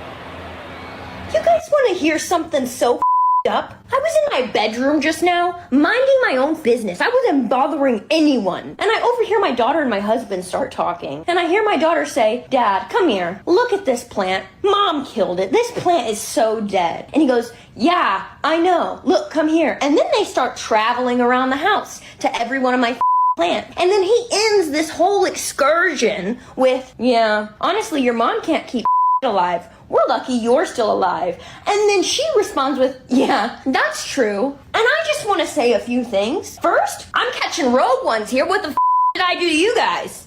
Second, if I were a plant, I would want water every day, and I would want lots of it. It's not my fault that I love them too much, and then they die. Cover the point, Fred. Cover the point, Fred. Welcome to Busch Stadium, a park not designed for the power-packed Milwaukee Brewers, but ideal for the St. Louis Cardinals, who run to get their runs and flash quickness on defense to prevent them. The Brewers were a good team. I mean, they had a lineup. The 1-2 hitters are Hall of Famers. Manager Harvey Keene's Brewers, Harvey's Wallbangers as they were called, had led the AL in home runs, 23 by the old Cardinal hero Ted Simmons, who made himself right back at home at Busch Stadium in the 5th inning of Game 1. This one's fair, and he will touch them all. It's now now 4-0 Milwaukee. Things only got worse from there for the Cardinals as they watched the Brewers beat them at their own game. There's a base hit to center field. Here comes one run in. Here comes another run in. And it's 7-0 Milwaukee. Certainly were surprised, I think, that first game at how they played the way we played. That's the ball game. Wall bangers have put 17 hits on the board. 10 runs. That first night left everybody wondering what the heck's going to happen in this series.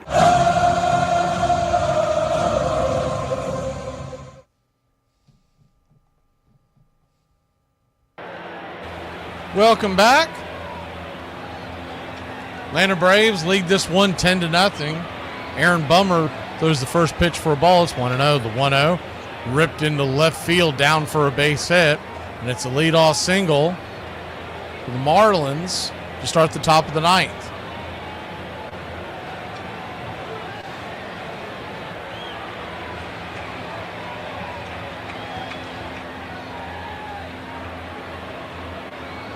Just laid one in there and got way too much of the plate on that one. That'll take it back to the top of the order where Xavier Edwards will dig in. Leadoff man takes the first pitch, sweeper for a strike, slaps the edge. It's 0-1. 10-0 your score.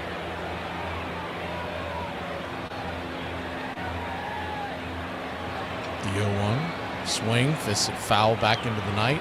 0-2.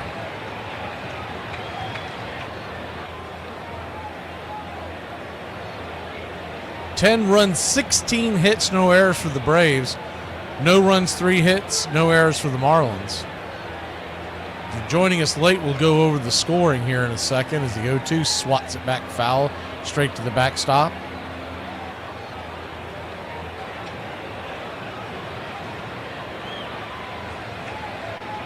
Braves got the scoring started early, third inning.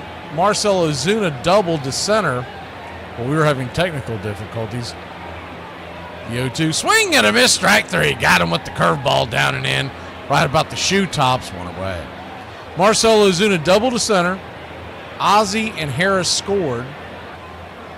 Then Riley would single home Marcell Ozuna, make it 3-0 in the third. Marcell Ozuna hit a controversial home run to dead center in the 7th to make it 4-0. It's the first pitch right there to Stowers' first strike. It's 0-1. Lefty-lefty matchup. Bummer flings it up there, swung on and fouled back. It's 0-2. Then after a long delay of debating over the home run, which it did get over the wall, just it took him forever to decipher that. Matt Olson would hit one 434 feet to right center to make it 5-0. Then in the 8th inning, leading 5-0, the Braves, as the 0-2 pitch, swung on and ripped into right field down for a base hit. They'll get the ball up and into the infield quickly, but it's first and second and one out. In the 8th inning, leading 5-0, Ozzie Albies singled to center, scoring Nick Allen. And then Olson singles to center, scoring Ozzie and Harris. Riley would single Ozuna home again, making it 9-0, and then Baldwin singled to center, scoring Olson. And that's where we sit, 10-0. The 1-0. Right there for a strike, 1-1. Sinker. Right down the pipe. 1-1 count. Double play could end the game. The wind up the pitch. 91 misses high. 2-1.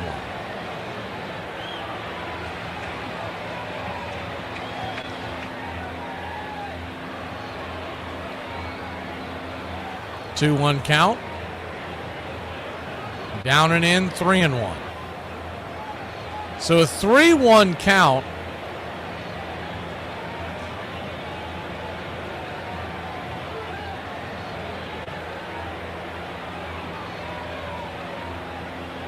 Pitch on the way. Fastball right down the track. 3-2.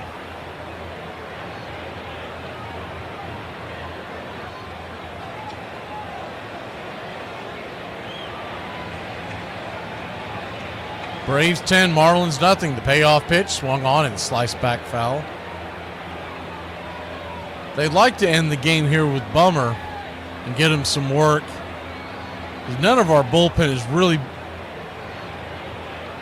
pitched consistently this week because of the crazy week that it was. Payoff pitch. Caught, looking strike 3. Curveball just below the kneecaps, 2 away. He was trying to work his way aboard. Did look like it hit the bottom of the zone, but nonetheless, in a 10-0 game with 2 strikes, you got to know Blue is going to give the pitcher the benefit of the doubt.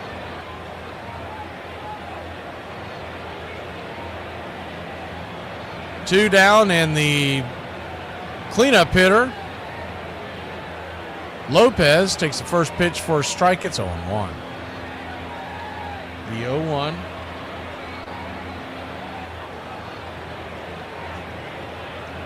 Kicks and fires. Up top. Misses high. 1-0.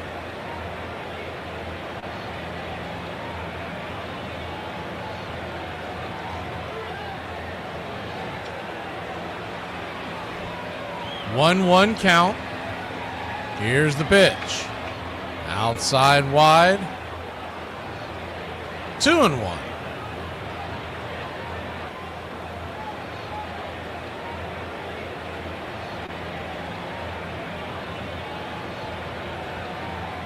The 2-1 swing rips it over to second. It's going to be an easy 4-3 put out. And that'll end the game. That'll end the inning. Braves win. Braves win. Your Atlanta Braves win. Whiskey for my men. Beer for my horses. Lord, it's been a long time since we've been able to say that. The first win for your Atlanta Braves since the last day in September of 2024. And the big smiles on the face. We get the opening day win. Same 2 teams back at it tomorrow night. Same bat time, same bat channel. 7:15 first pitch. By then, one way or the other, we'll have the issues worked out here. We'll bring you the full game. If we can't get it up at the beginning of the game, we'll just do it old school. We will see you tomorrow night, Braves fans. Have a great night. First win on the board.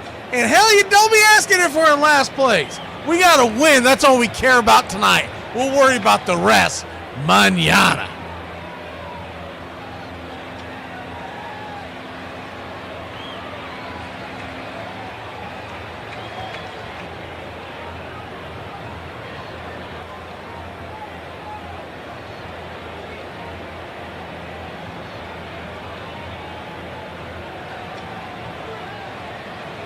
You're in Braves, Braves.